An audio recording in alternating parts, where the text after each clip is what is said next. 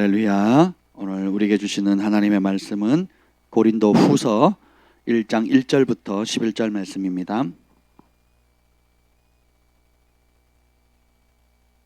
고린도 후서 1장 1절부터 11절 말씀.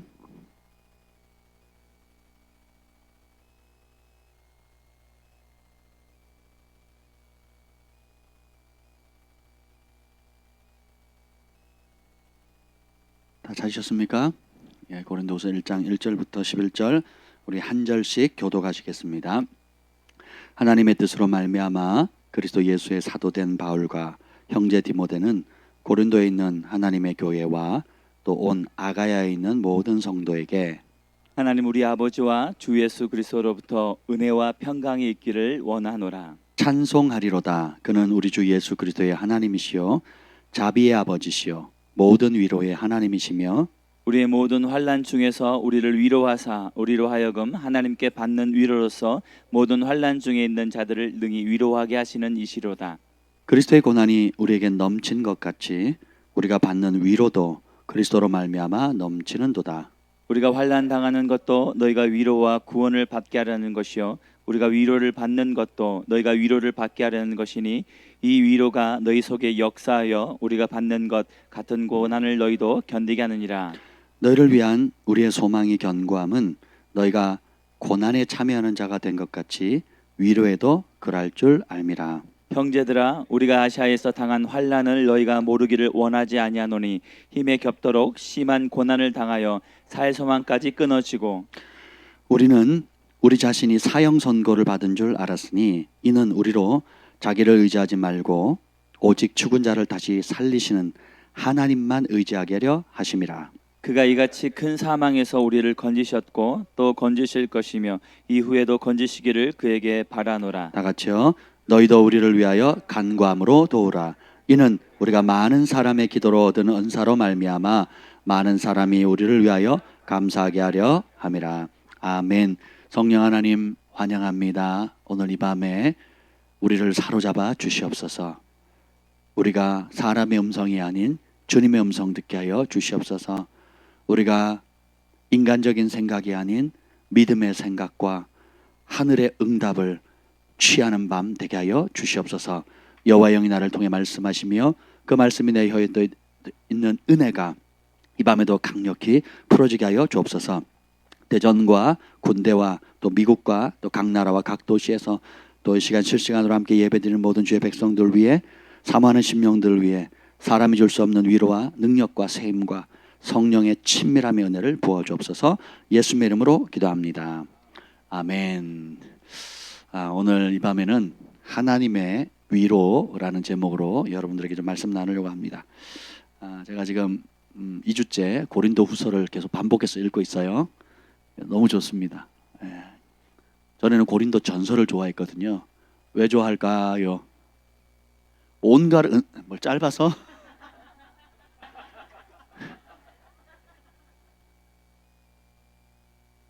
짧은 건 내 다리가 짧은 거고. 맞아요. 짧으면 좋아요. 근데 봅시다. 고린도 학교 다닐 고등학교 때는 정말 고린도전서를 많이 읽었어요. 12, 13, 14장을. 성령의 나타나심은 유익하게 하려 하심이라. 그래서 지식의 말씀의 은사를, 지혜의 말씀의 은사를 너희가 신령한 것에 대해서 알지 못하기를 원치 아니하노니. 그래서 그때 제가 이제 배경보 성사님 만나도 그렇고요. 또 오늘 권혁찬 목사님도 잠깐 뵀거든요. 근데 공통 분모가 뭔지 아세요? 나이는 다 차이가 있거든요. 그분은 저 선배시고 권혁찬 목사님 저보다 한 살 어리시고 이제 그런데 공통적으로 87년도, 88년도, 89년도에 각기 서울 저는 강원도 태백 다 다른 지역에 있었는데 그때 학생의 부흥이 터진 거예요. 성령이 내린 거예요. 그래가지고 성령이 임하면 사도행전에 두 가지 현상이 나타나죠. 성령의 말하게 하심을 따라 못 알아듣는 말 방언, 알아듣는 말 예언을 하잖아요. 그러니까 방언하고 예언하고 그다음 뭐예요? 영이 열려서 바울이 경험했던 삼천청의 경험에 입신하는 거예요. 그래서 학생들이 중학생, 고등학생들이 성령 받고는 어둠의 세계를 귀신을 보기도 하고 귀신이 두려우니까 하나님 살려달라고 하니까 빛 가운데 주님이 임하시고 또 그 영을 천국으로 혹은 지옥으로 그래서 지옥을 경험하기도 하고 천국의 그 부르심과 아름다움과 이후에 받을 영원한 상급에 대해서 발견하게 되는 거죠. 저는 저희만 그런 줄 알았거든요. 그래서 저희가 그때 87년, 88년, 88 올림픽이 있었잖아요. 호돌이. 87년도에 제가 고등학교 1학년이었거든요. 그때 막 이제 저희 교회와 학교에 부흥이 터지기 시작했어요. 아이들이 모이면 손잡고 기도했거든요. 저희는 전도사님도 없었어요. 시골이라. 전도사님도 없었고 그러니까 누가 지도해주는 분이 없어요. 그러니까 아이들이 모이면 335 모이면 손잡고 기도하자 그러고 막 기도하는 겁니다. 그리고 막 방언이 터지고 막 입신하고 뭐 이런 일들이 있었거든요. 근데 이런 현상이 서울에도 있었다는 거예요. 혹시 87년도, 8년도, 9년도에 성령을 받으신 분? 한 분. 예, 할렐루야. 어느 지역 있어요? 서울이요. 이야, 할렐루야. 축복합니다. 예. 그때 죄 짓느라고 여러분 다른 분들은 죄 짓느라고 그죠? 근데 보세요. 그때 그 백영모 선교사님도 고3 재수생들 모여가지고 재수생들이 모여서 손잡고 기도했는데 성령 불 떨어져가지고 방언하고 예언하고 입신하고 막 천국 보고 지옥 보고 막 그래서 막 헌신된 분들이 지금 이제 한국 각 교단에 흩어져가지고 그런 놀라운 사역들을 하고 있고요. 그러니까 권익사 목사님도 그때 성령의 불세례 받고 예, 그 얘기를 하더라고요. 수련을 갔는데 보일러실에 그 여름에 보일러실에 들어가자 그랬대요. 예, 보일러실 왜 들어갔냐 그랬더니 문을 닫으면 빛이 하나도 안 들어온대요. 깜깜하대요.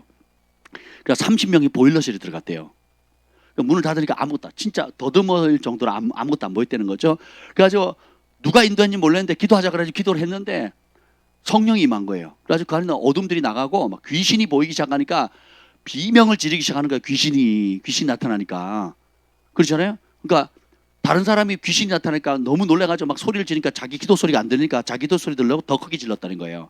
그냥 막 지르니까 성령이 임해가지고 방언하고 막 놀라운 성령 역사를 뭐 천국 경험하고 지옥 경험하고 귀신 떠나가고 막 영안이 열리고 막 그 세대가 지금 뭐예요? 벌써 이제 40대 후반, 50대 초반 이 세대가 된 겁니다. 할렐루야. 그때 뭐 하셨죠? 91년도에 받으셨어요. 예, 그 세대의 중보의 기도로 91년도에 91학번. 예, 맞아요. 참 이게 그래서 되게 하나님이 한국을 사랑하셔서 한 개인의 영적 체험이 아니라 정말 그 모세의 시대의 모세 동기들을 함께 일으키잖아요.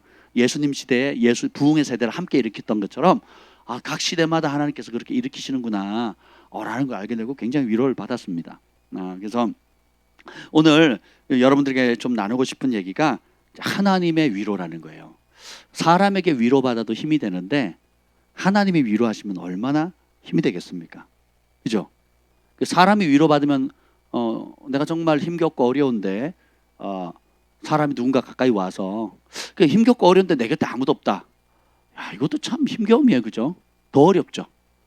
그래서 사람들이 의지할 게 없으니까 자살하려고 하고 우울증에 빠지고 막 그러죠.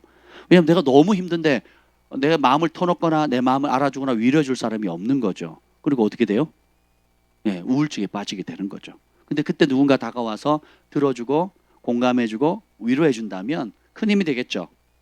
근데 내가 잘못했어요. 그래서 내가 죄 지었어요. 그걸로 인해서 사람들이 떠나고 어그러지고 재정적인 손실이고 건강에 어떤 어려움이 왔어요. 그래서 나 때문에 모든 일이 벌어진 거예요.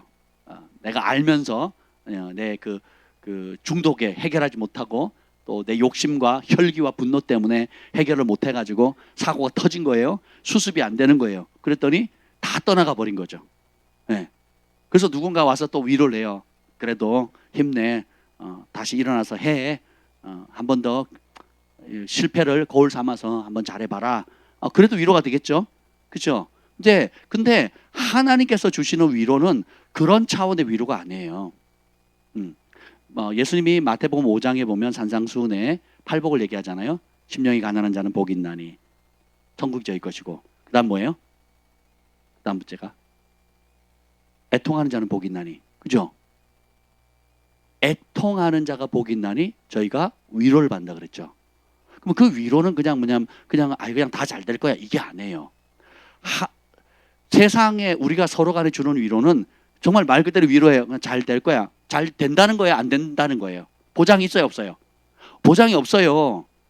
그러니까 우리가 주는 위로나 세상이 주는 위로는 그냥 그때 내가 잘했든 못했든 그냥 누군가 곁에 있고 그래도 내 편이 한 사람이라도 있네 하면서 인간적인 위로를 받아요. 그러니까 그것이 칭찬이나 상급이나 앞으로 잘 된다는 보장이 없어요.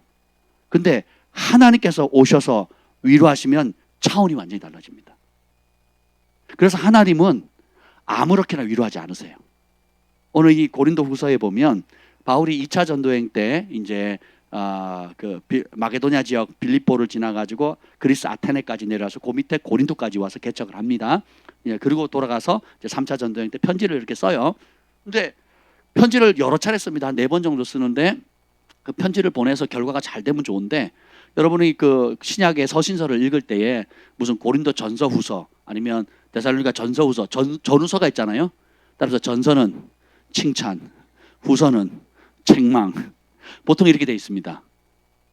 전서를 보냈는데 말 잘 들으면 후서를 쓸 필요 있어요, 없어요? 없어요. 그러니까 말 안 들으니까 어떻게 해요?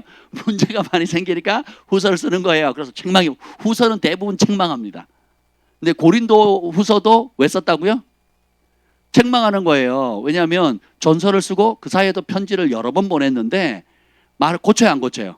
안 고치니까 이제 나중에 이제 심각해지는데 근데 감사하게도 이 첫 장이 뭐냐? 하나님의 위로를 선포하는 거예요. 왜 그러냐? 그러니까 바울이 왜 하나님의 위로를 선포했느냐? 여러분 하나님 주시는 위로 받고 싶죠? 하나님의 위로는 그냥 잘 될 거야가 아니에요. 하나님이 위로하는 사람은 하늘의 상급이 보장되어 있습니다. 그리고 승리가 보장되어 있고요. 하나님의 인정하심이 하나님이 인정하신다, 칭찬하신다라는 것을 인쳐주는 거예요. 차원이 완전히 다릅니다. 그때 위로하실 때 그 자리를 버티고 그 환난 또 하나님의 부르심 그 뜻을 하나님 뜻을 이루기 위해서 고난받고 어려울 때 그 자리를 딱 지키잖아요. 그럼 그걸 통과하고 나면요 다른 차원의 세계가 열려요. 그때는 은총의 문이 열리는 겁니다. 영적인 승진, 프로모션이 일어나게 되는 거예요. 한 번도 만나지 못한 사람을 만나게 되고 한 번도 올라보지 못하는 위치에 올라가게 되거나 한 번도 얻지 못한 타이틀을 얻게 되거나 지경이나 영역이 완전히 달라지는 거예요. 다윗이 그 연단을 기름 부음 받고 광야에서 쫓겨서 한 17년 정도 고생하죠. 말이 17년이지 도망자 생활을 17년 하는 거예요. 네, 도망자 생활을 17년 생활을 하는 겁니다. 근데 그 연단 과정에 어떻게 버텨요? 성질대로 버티는 게 아니에요. 어떻게 합니까? 철저하게 하나님의 말씀 따라 하나님께 기름 부음 받은 종이 원수라 할지라도 죽여요, 안 죽여요? 안 죽이죠. 안 죽이는 이유가 뭐예요? 하나님의 법을 지키기 위해서요. 왜 하나님의 법을 지켜요? 하나님을 사랑하니까. 하나님이 정한 룰이니까. 하나님이 왕이시니까.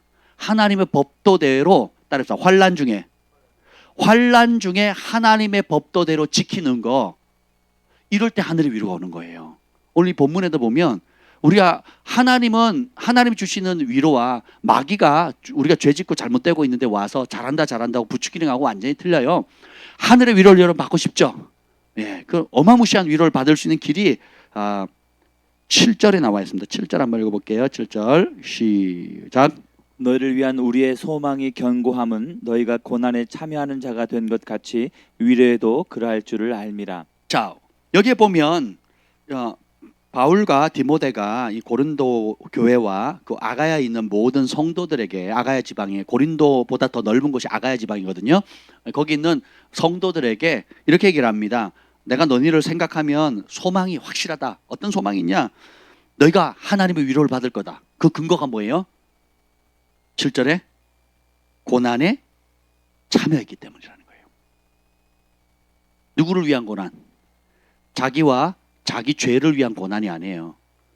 왜 우리 사업이 안 돼요? 왜 우리 아들, 딸이 시험에 떨어졌어요? 왜 나 이번에 직장에서 잘렸어요? 왜 건강이 안 좋죠? 왜 가족에 문제가 생기죠? 왜 사고가 뻥뻥 터지죠? 네, 오늘 정민구 목사님 차가 전주에서 섰답니다. 운전하다가 쓴 거예요? 아니면 어떻게 된 거예요?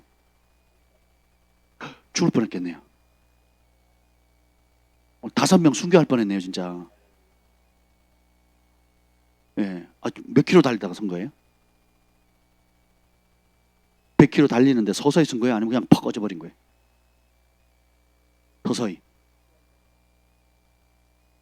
핸들 움직이고 브레이크도 밟히고. 이야, 진짜 천사가 도왔네요. 예. 운전 중에 엔진 꺼져버리면 어떻게 돼요?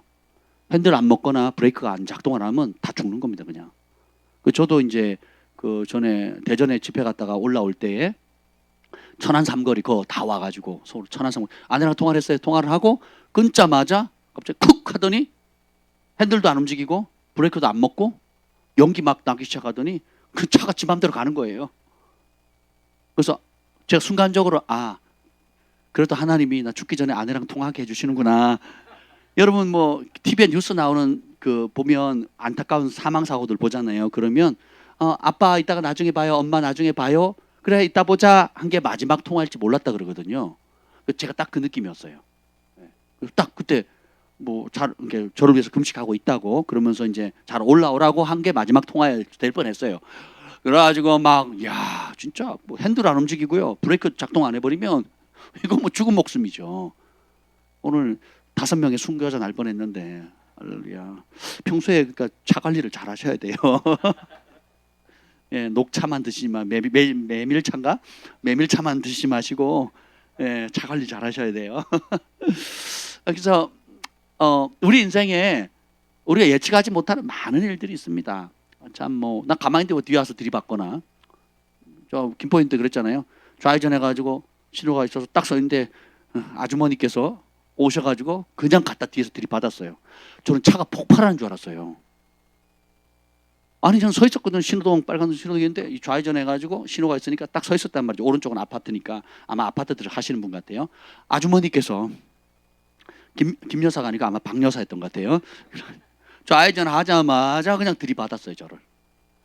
그 뒤에서 쾅 봤는데요. 와 폭탄 터지는 것 같이. 정말 신기하더라고요. 안에 있으니까 이 소리가 얼마나 큰지. 그래가지고 그때 공차로 가고 있었는데 오늘 축구는 다 있다. 이제 그러고 나와서 봤더니 그 아줌마가 나왔어요. 나와가지고 뭐 한다고요? 자기 차만 보고 있어요. 자기 차만. 자기 차 범퍼가 깨졌나 안 깨졌나 그것만 보고 있는 거예요. 난 더 황당한 거죠. 이분이 정말 제가 성질 같아서 어떻게 했어요? 전화번호 달라고 그러고 바로 그냥 한방병원으로 저 날랐을 겁니다. 그리고 견인하라 그러고 견인하라 그러고 이제 저는 바로 병원에 가서 누웠을 거예요. 근데 제가 그렇게 못한 이유가 뭔지 아세요? 공을 차야 되거든. 축구를 해야 되거든. 제 안에 진짜 그런 유혹이 오더라고요. 야 이분 정말 너무 대책 없다. 뒤에 들이받았으면 미안합니다. 몸은 좀 어떠세요? 이래야 되고 다른 사람 상대 차를 먼저 봐줘야 되잖아요.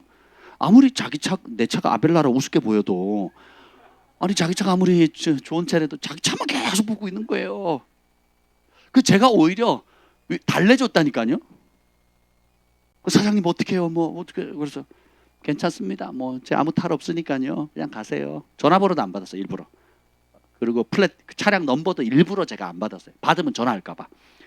전화번호도 안 받고 그것도 안 하고 아예 아무것도 조치를 안 하고 그냥 마음 편히 가세요 하고 이제 보냈습니다. 그리고 오는데 차가 딸딸딸딸딸딸 그러는 거예요. 옆이 터져 나간 거예요. 옆쪽이 터져 나가지고 뭔 소리야? 딸딸딸딸 소리가 나길래 터져 나갔길래 튀어나왔는데 발로 뻥 쳤죠. 훅 들어가 버리더라고요. 그러고 가서 없었던 것처럼. 그래서 이제 우리 회장님한테 왜 늦었냐 그래서 교통사고 났습니다. 이제 그랬더니 이런 일이 있었습니다. 봉잡았네. 연락처 받았어요? 그 차량 번호 명함 받았어요? 그러더니 아니요. 그랬더니 목사님 쑥맥이구만. 세상 물정 모른다고. 지금 대박 터졌는데 그냥 병원에 한방병원에 눕기만 하면 그냥 돈이 저절로 오는 건데 왜 안 하셨냐고 막 우리 회장님하고 총무님이 그렇게 격려를 해주셨어요. 여러분 우리의 삶에 내가 잘한다고 다 모든 게 해결되는 게 아니고요. 우리가 엔진 오일을 아무리 잘 관리하고 또 안전운전을 하고 한다 할지라도 예측 못할 일이 참 많거든요. 그러면 하나님께서 우리를 돌보지 않으시면 우리 목숨은요 파리 목숨 같아요. 파리 목숨 같아. 정말 잘 몰라요. 어리석은 자야 오늘 밤 내가 내 영혼을 도로 찾으리니. 어리석은 부자에게만 얘기하는 게 아니거든요. 부자만 하나님 찾아가십니까? 그 영혼을? 심지어 어린아이들까지도. 그죠? 그리고 운동을 잘하고 아주 건강해 보이는 사람도. 네. 주님이 부르시면 가야 되는 거예요. 모를 일인 겁니다. 그래서 우리가 겸손해질 수밖에 없는 거죠. 그러면 우리가 주님 없이 주님과 함께 복음과 예수님의 말씀을 순종할 때 고난이 오죠. 자, 그러면 그게 싫다고 나는 그럼 예수님 안 믿겠다고 하는 청소년들이나 사람들이 참 많아요. 교회 다니기 힘들다고, 말씀에 순종하는 게 어렵다고, 그리고 주님의 길을 따라가는 게 참 어렵다고. 그 말씀, 목사님 말씀 순종하는 게 어려워요. 부르심 가는 거 참 어려워요. 그리고 예수님을 왕으로 모시고 주인으로 모시고 사는 게 참 어려워요. 그러면 어떻게 하실 건데요? 제 마음대로 할래요. 자, 그럼 제 마음대로. 자, 예수님을 따르는 게 어렵다 그래서 내가 하고 싶은 대로 한번 해봅시다. 그러면 부부 관계가 더 좋아집니까? 내 마음대로 살면 영적인 보호를 받아요, 못 받아요? 못 받죠. 자, 그러면 예수님을 믿는 사람만 고난을 받아요? 아니면 예수님을 안 믿을 때도 여러분 고난 받았어요, 안 받았죠? 받죠. 그럼 예수님을 안 믿는 사람도 고난 받아요, 안 받아요? 받지요. 그러니까 우리가 목숨이 있는 한 이 땅을 살아갈 때 고난이 있어요, 없어요? 있어요. 죄로 인한 고난이든 의를 위한 고난이든 어쨌든 우리가 선택하는 그대로의 고난이 있어요. 예수님이 죄 한 번 안 짓고 착하게 살아도 고난이 있고, 그죠? 그리고 예수님 없이 내 맘대로 내 하고 싶은 거 다 하고 내 누릴 거 노세 젊어서 노세 하면서 다 할지 못할지 다 해도 고난이 있어요, 없어요? 고난이 있다고요. 그러면 선택해야 되는 거예요. 여러분이 예수 믿기 때문에 고난이 더 큰 거예요? 아니면 안 믿다가 고난 받다가 예수님을 믿음으로 정말 하늘의 힘과 위로와 소망을 얻게 되는 겁니까? 소망을 얻게 되는 거죠. 그러니까 해결할 수 없는 고난과 시련과 인생의 저주와 여러 가지 어려움들 가운데 예수님이 건져주신 거예요? 아니면 그 어려움 가운데 더 큰 고난을 주신 거예요? 건져주신 건데, 이 물에 빠진 사람 건져줬더니 지갑 내놓으라고 하는 것처럼 이 건져주신 은혜, 그럼 뭐 해야 돼? 우리는 감사하고 찬양해야 되겠죠. 감사하다 그래야죠. 근데 저희가 상담을 해보거나 하나님께서 기뻐하는 길을 얘기해 주면 이런 얘기를 가끔 합니다. 건져주고 회복시켜놨더니 뭐라 그러는 줄 아세요? 목사님 더 이상 이 길을 못 가겠대요. 힘들대요. 오히려 이것 때문에 부부 사이에 불화가 있고 자식 간에 어려움이 있고 또 내가 사업을 하거나 내가 직장생활을 하는데 어려움이 있습니다. 더 이상 이 길을 못 가겠다는 사람이 간혹 생겨요. 그러면 제가 황당하죠. 여러분 황당하지 않겠습니까? 그럼 어떻게 돼요? 그래서 더러운 걸 씻겨놔서 깨끗이 새 옷 입혀놨더니 뭐라 그래요? 이 새 옷이 불편하다는 거예요. 옛날 더러운 옷이 좋다는 거예요. 그 진창에 뒹굴고 싶다는 거예요. 그럼 제가 그럼 가시라 그래요. 그럼 그렇게 해보시라고 설명을 합니다. 그럼 예수님을 안 믿는 사람은 행복하고 잘되고 문제없고 하늘마다 잘되고 뭐 보이지 않는 힘이 보이지 않는 초자연적인 세력이 돌봐주고 의의 길로 생명의 길 아주 좋은 길로 인도해서 꽃밭길로 푸른 초장 쉴만한 물가로 누가 저절로 인도해 줍니까? 아니죠. 근데 사람들이 거기 속는 거예요. 속는 거. 당근에 속는 거예요. 잠깐 내가 하고 싶은 대로 한다는 거예요. 잠깐 내가 하기 싫은 거 안 할 수 있으니까. 잠깐 내가 하고 싶은 거 할 수 있으니까. 그거 잠깐 불편한 걸 못 이겨서 어떻게 해요? 옛길로 가는 거예요. 그럼 어떻게 돼요? 더 심각해지는 거죠. 여러분 지혜가 있으면 그 길 가면 돼요? 안 돼요? 안 되죠. 오히려 이제는 자, 예수 안 믿는 삶을 살아도 고난, 예수님을 믿는 삶을 살아도 고난이죠. 그럼 어느 고난을 택하실래요? 예수 안 믿으면서 내 마음대로 살 때 오는 그 죄로 말미암아 욕심으로 말미암아 고난이 오면 육체를 위하여 심으면 썩을 것을 거두고 그리고 마지막에 진노를 매일 쌓게 되고 그리고 그리스도의 심판대에 영원한 수치와 형벌을 받게 돼 있잖아요. 근데 예수님을 알고 그분의 복음을 알고 생명을 알게 되면 부르심을 알게 되죠. 그럼 부르심의 자리에 있으니까 순종이 되죠. 그러니까 은총도 있고 천사들의 보호도 있고 하나님의 인도하심도 있고 그리고 심은 대로 순종한 그대로 하나님께서 복을 내려주시고 또 그것을 저지하려고는 반대 세력이나 시기하는 세력이나 하나님 뜻을 이루지 못하는 영적인 공격이 있지만 그 공격이 있을수록 또 누가 도와요? 하나님 도우시고 믿음의 형제들이 돕고 서로 중보하고 영적 가족들이 보호해주고 그죠? 그러면서 나는 점점점 강해지고 담대해지고 믿음도 자라게 되고 은총도 커지게 되고 그죠? 하나님을 더 알게 되고 그리고 주님을 만날 날을 이제는 어떻게 해요? 손꼽아 기다리게 되고 사모하게 되고 그분이 상 주실 것을 바라게 되고 할렐루야. 근데 근데 더 놀라운 것은 고난에 비례한 만큼 뭐도 많이 줘요? 영광도 크게 주신다는 거예요. 이게 하나님의 지혜, 이게 하나님의 지혜.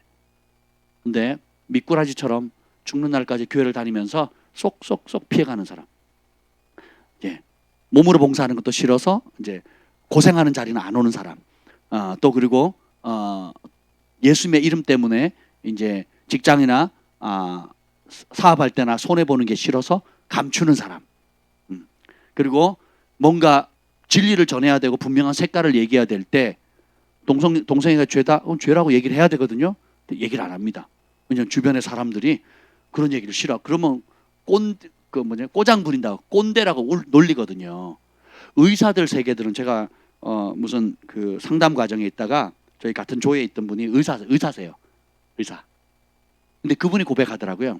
의사들 세계에서는 동성애나 이런 거를 굉장히 그런 것을 인정해 주는 것이 의식이 깨어 있는 인텔리전트라고 깨어 있는 거고, 그래서 그 세계는 그걸 다 인정을 해준다는 거예요. 소수자들이니까 그리고 자유세대, 자기 인간 자기 마음대로 모든 걸 선택할 수 있는 우리에겐 자유가 있으니까 뭐 그런 걸 인정해 주는 거, 그 낙태도 인정해 주는 거를 굉장히 뭐라 그럴까 고상한 걸로 생각을 한대요. 그리고 그걸 인정하지 않으면 보수적이고 고집세고 아주 고조선 시대 사람처럼 그렇게 취급을 한대, 의사들 세계 속에서, 예수 안 믿는 사람들 가운데. 자기도 당연히 그 사람들 자유가 있으니까 마음대로 한 번뿐인 인생은 그렇게 하게 하는 거지, 이렇게 있다가 예수님 믿고 회개하고 거듭나고 말씀을 알고부터는 엄청 회개하고 오히려 그것을 당당하게 그것이 잘못됐다라고 의사들 앞에서 그 잘못된 생각이라고 얘기를 하는 거죠. 그걸로 인해서 에이즈가 생기고, 에이즈 환자의 80% 90%가 다 동성애잖아요. 그러니까 에이즈가 생긴 것 자체가 동성애 때문에 생긴 거거든요. 1974년도에 밥존 선자가 죽어서 천국에서 예수님께서 그 동성애 회개하지 않으면 의술로 치료 불가한 질병이 생길 거다. 그리고 그 심지어 그 사망자 수까지 다 알려주셨거든요. 그 예언을 했다가 교회에서 쫓겨났잖아요. 근데 실제로 그 동성애가 생겼고, 그래서 유간다 같은 경우 나라 전체가 사라질 뻔했거든요. 한 나라 전체가 동성애로 다 사라질 뻔했어요. 근데 거기에 회개 운동과 기도 운동이 일어나 가지고 이제는 왕까지도 예수님을 믿고, 그래서 회개하고 그런 동성애를 끊어버림으로 해가지고 나라가 정화되고 기독교 국가가 돼버린 거거든요. 하나님의 반전이죠, 하나님의 반전. 여러분들이 기억해야 될 게, 내가 하나님의 뜻 안에 있으면 그것이, 뜻 안에 있으면 은총, 그리고 그 은총을 시기할 때 원수가 오는 공격이 오면 그건 고난. 어느 게 복이에요? 둘 다 복이에요, 둘 다 복. 내가 하나님께 순종함으로써 오는 은총도 복, 그리고 그 순종하기 때문에 다른 사람 시기하거나, 요셉이 잘 되니까 주변에 시기하죠. 다니엘이 잘 되니까 주변에 시기하죠. 다윗이 잘 되니까 시기하죠. 이스라엘 백성이 포로로 귀환해가지고 예루살렘 성전과 성벽을 지니까 주변에 있던 사마리아나 암몬 사람들이 기뻐해 주는 게 아니라 시기하죠. 기도원이 승리하고 300용사하고 승리하고 오니까 전쟁에 같이 안 나갔던 사람들이 시기하거든요. 여러분은 하나님 말씀 안에 순종하게 되면, 그 복을 받게 되면 주변의 사람들이, 믿는 사람 믿지 않는 사람들이 시기할 정도로 복을 받게 돼 있어요. 아멘. 그러니까 예수님이 워낙 잘하니까 바리새인과 서기관들이 시기하잖아요. 그래서 그 시기심이 미움이고, 그 미움 때문에 실제로 죽이게 되는 거죠. 그래서 여러분들은 예수님을 안 믿으면 죄로 인해서 고난받다가 죽을 것이고 죽음의 위협을 받을 것이고, 예수님을 믿으면 의를 위하여 고난받다가 고난을 받지만 그 고난은 뭐예요? 하나님의 위로와 하늘의 상급이, 그리고 하늘의 영광이 보장돼 있다라는 거예요. 그래서 따라합시다. 고난은 피할 길이 없다. 여러분, 예수 믿어서 더 고난 받는 게 아니에요. 속지 마세요. 예수 믿기 때문에, 부르심을 받았기 때문에, 내가 순종하러 결정했기 때문에 더 큰 고난 받는다. 착각입니다. 착각. 착각이에요, 착각. 그럼 그거 하지 마세요. 그러면 여러분 하고 싶은 대로 하고, 살고 싶은 대로 살고, 하기 싫은 대로 하지 마시고 옛날 죄악의 길로 원하는 대로 해보세요. 그럼 그게 복이 되겠습니까? 그럼 고난이 없나요? 그러면 다 잘 됩니까? 그럼 그렇게 하세요. 그게 더 좋은 길이라면 그렇게 가세요. 계산을 해보세요. 그게 그렇게 되는 문제인가? 아니죠. 오히려 순종하면 하나님의 사랑이, 은총을 입고, 또 그 은총 때문에 또 하나님이 영광을 나타내니까 마귀가 어둠의 세력이 싫어하니까 어떻게 돼요? 그 하나님의 영광을 가리려고 부르심의 자리를 못 가려고 어둠의 왕국의 치명적인 존재가 돼버리니까 어떻게든지 다니엘이 기도하는 첫날에 응답받잖아요. 근데 그 응답을 싫어하는 게 누구예요? 페르시아의 그 정사잖아요. 페르시아를 주관하는 그 어둠의 권세잖아요. 그러니까 어떻게 해요? 응답은 첫날에 받았지만 영적인 세계는 어마무시한 싸움이 벌어지죠. 그러니까 가브리엘 천사가 오다가 얘가 막으니까 21일 동안 못 가니까 어떻게 돼요? 하나님 미가엘 천사를 보내잖아요. 전쟁의 천사. 그러니까 싸워가지고 그 응답이 오는데 21일이 걸렸단 말이죠. 그래서 어떻게 됩니까? 하나님께서 이 땅을 향한, 그리고 창세 때부터 예수님이 재림하실 그때까지 이루어질 모든 일들을 알려주는 어마무시한 계시를 받게 되는 거예요. 그래서 우리가 이 땅의 일도 수고한 만큼 결실을 얻는 것처럼 영적인 것도 똑같아요. 내가 기도하는 만큼, 작정 기도하는 만큼, 금식하는 만큼, 하나님께로 무릎 꿇은 만큼, 하나님께로 마음을 쏟아낸 만큼, 그 땀과 수고가 있는 만큼 하늘의 문이 열리는 거예요. 그리고 주님께서 그것을 어여삐 여기셔서 그걸 믿음이라 보시는 거거든요. 어여삐 여기셔서 은총을 베풀어 주시는 거거든요. 오늘 여기 봅시다. 여기 보면 어떤 사람이 넘치는 위로를 받느냐? 우리 5절 읽어보겠습니다. 5절. 일단 하나님이 어떤 분인지 한번 성경에 봅시다. 이는 참 아마 성경에서 위로의 하나님이라고 가장 많이 기록한 본문이 고린도후서 1장일 겁니다. 오늘 이 본문일 거예요. 다른 데 위로의 하나님이란 단어 많이 안 나오거든요.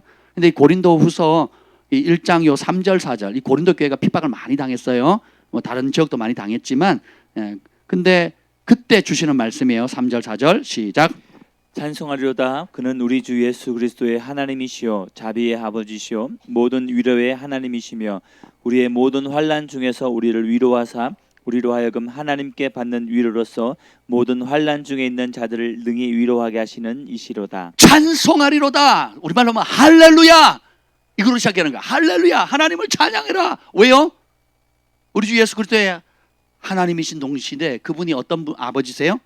자비로우신 아버지시고 모든 종류의 위로를 주시는 하나님이시고, 그리고 우리가 겪는 모든 환난 중에서 우리를 위로하시는 분이라는 거예요. 여러분이 지금 겪고 있는 어려움, 안팎으로 말 못하는 어려움들 있잖아요. 단 하나, 예수님을 따른다는 그 이유 하나 때문에, 주님을 사랑하기 때문에, 주님의 말씀을 귀하게 여기기 때문에, 내 삶의 절대 기준을 하나님의 말씀으로 삼았기 때문에 겪는 안팎의 문제들, 관계 속에서는 문제들, 재정적인 어려움들, 그리고 지금 버티고 있는 이런 모든 것들 가운데 모든 종류의 위로를 주시는 하나님께서 그 환난 가운데 주님을 바라보는 여러분들을 위로해 주신다는 거예요. 그리고 우리로 하여금 하절입니다. 하나님께 받는 위로로서 모든 환난 중에 있는 자들을 능히 위로하게 하시는 이시로다.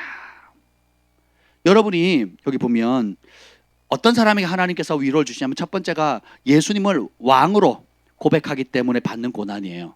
자, 그리스도의 고난이라 그랬잖아요. 그러니까 예수님을 나를 돕는 분 하면 내가 고난받을 필요가 없겠죠. 근데 예수님이 내 삶의 그리스도다, 왕이시다, 주인이시다, 그럼 달라져요. 그때부터 고난이 와요. 예수님이 나를 돕는 분이다 할 때는 고난이 없습니다. 돈만 받으면 되니까. 여러분 친구한테 친구가 늘 도와줘요. 그럼 그 친구 때문에 어려움 당할 일 없겠죠? 네. 근데 그 친구가 주인이래요. 왕이래요. 그럼 나는 거기에 신하고 종이다. 그러면 어떻게 돼요? 달라지겠죠. 그러니까 예수님이 그냥 돕는 분이면 어려움이 없어요. 돈만 받으면 되니까. 근데 예수님을 주인이시다, 왕이시다, 그리스도다 라고 부르는 순간 고린도전서 1장에 예수님이 주님이란 말이 고린도전서 1장에는 9번 나옵니다. 그리고 근데 예수님을 그리스도라고 부르는 말이 몇 번 나오는지 아세요? 17번 나와요. 17번. 17번. 고린도전서 1장만. 예수님은 뭐라고요? 그리스도, 기름 부음 받은 왕이다. 킹이라는 킹. 그러니까 예수님을 킹이라고 모시는 순간 어려움이 와요. 왜냐하면 우리는 충성된 신하잖아요. 그 백성이 되잖아요. 그러니까 한 왕만 모시는 거예요. 한 주만 모시는 거예요. 그러니까 이전에 내 삶을 이끌어갔던 여러 다양한 주인들 있죠. 돈과 명예와 쾌락과 욕심과 탐심과 세상에서 추구하는 모든 것들이 이제는 주인이 아니에요. 다 끊어버리는 거예요. 누구만 주인이에요? 예수님만 주인이시고 내 삶의 왕이다. 그래서 고난받는 거예요. 여러분이 예수님을 왕으로 모셨기 때문에 지금 고난받고 있는 분, 크든 작든 여러 가지 고난이 있는 분만 아멘. 복입니다. 복. 그럼 누가 아세요? 하나님이 아세요.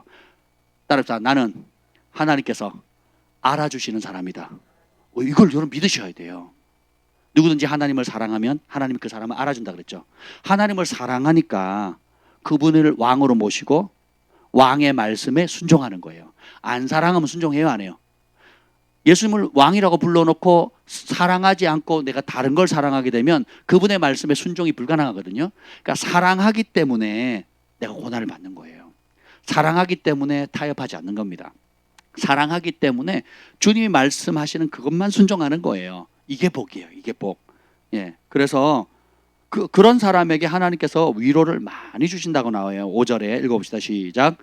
그리스도의 고난이 우리에게 넘친 것 같이 우리가 받는 위로도 그리스도로 말미암아 넘치는도다. 자, 첫 번째 먼저 받는 게 위로의 고난이에요. 고난이 먼저예요, 위로가 먼저예요? 무슨 고난? 그리스도의 고난. 그러니까 예수님을 따르기 때문에, 예수님을 왕으로 모셨기 때문에 받는 고난이 넘쳤다는 건, 그 고난이 작았다는 거예요, 컸다는 거예요? 컸대요. 얼마나 컸냐면 8절에 보면 힘에 겹도록 심한 고난을 받아 살 소망까지 끊어지고, 9절에 사형 선고받은 줄 알았대요. 그러니까 완전히 끝자락까지 간 거예요. 여러분도 살다 보면 예수님 때문에 끝자락 갈 일이 있을 겁니다. 이미 경험한 사람도 있고 또 여러 번 경험한 사람도 있고 아직 경험하지 않았지만 앞으로 경험할 사람들도 있을 겁니다. 근데 기억하세요. 그리스도의 고난이 클수록 하나님이 주시는 위로도 크다는 거. 근데 하늘의 위로를 받잖아요. 그러면 하늘의 은총과 능력을 입습니다. 우리 작년 이제 2020년 송구영신 예배, 우리 올해 1월 1일 날 우리 그 송구영신 예배 드렸잖아요. 그리고 여러분 다 기도해 드리고 다 간 다음에 마지막에 저희 가족들만 남았어요. 여기 가족 남아가지고 김 목사님이 이제 우리 아이들 위해서 다 기도해 주고 또 제가 마지막으로 이렇게 다 기도를 했습니다. 축복을 했거든요. 우리 아이들이 막 졸리는 몸을 끌고 이제 다 끝나고 새벽 그때 2시쯤 됐나 모르겠네요. 그래서 앉아놓고 기도하는데 김 목사님이 이제 아이들 놓고 막 기도를 하다가 마지막으로 저를 위해 축복해 줬어요. 근데 갑자기 뜬금없이 성령께서 저의 고등학교 때 모습을, 처음 주님을 만났을 때 모습을 알려주는 거예요. 근데 그거를 우리 경환이, 사랑이, 소망이, 온유가 이제 그때 얘기를 다 듣는 거예요. 성령님이 그걸 알려주니까. 그때는 이미 고등학교 1학년 때 아빠는 아빠의 목숨을 하나님께 바쳤다는 거예요. 왜냐하면 고등학교 1학년짜리가 감당할 수 없는 극심한 고난을 받았기 때문에 맨정신으로 살 수 없을 정도로 어려운 고난을 겪었다는 거예요. 근데 저는 그 말을 듣는데 좀 이상했어요. 내가 그렇게 어려웠나? 하는 순간인데 그게 사람의 말이 아니라 성령께서 지금 저에게 위로하는 말씀을 들리는 거예요. 지금 생각해 보니까 진짜 그랬던 거예요. 그때는 뭐 당연히 그러는 거지. 그때는 좀 힘들었네. 그때는 매일 울긴 했거든요. 매일 울었어요. 매일 울긴 했는데 뭐 내가 검도하는 것보다는 덜 어려웠다 이렇게 생각했거든요. 검도부 선배들한테 두들겨 맞는 것보다는 덜 어려웠다. 그리고 도대표 하면서 두들겨 맞고 뭐 또 뭐 온갖 나쁜 짓 당하는 것보다는 뭐 덜 어려웠다. 워낙 제가 운동하면서 많이 두들겨 맞고 어려움을 당했기 때문에 교회 다니면서 아버지 뭐 알코올 중독하고 뭐 주변의 사람들이 핍박받는 거는 귀엽다 이렇게 생각했거든요. 저는 그렇게 생각했었어요. 근데 돌이켜 보니까 검도부 하면서 받았던, 도대표 하면서 받았던 그 고통도 보통 고통이 아니었고요.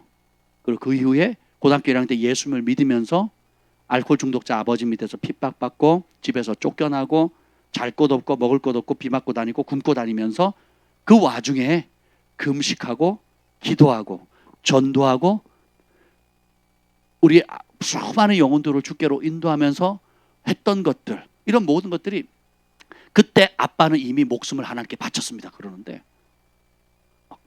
저도 막 눈물이, 제가 안 울라고 했는데 이미 벌써 눈물이 이렇게 흐르고 있더라고요. 콧물도 흐르고 있고 우리 경환이도 울고 있고, 우리 경환이 어디 갔대? 경환이도 울고 있고 소망이도 울고 사랑이도 울고 다 우는 거예요.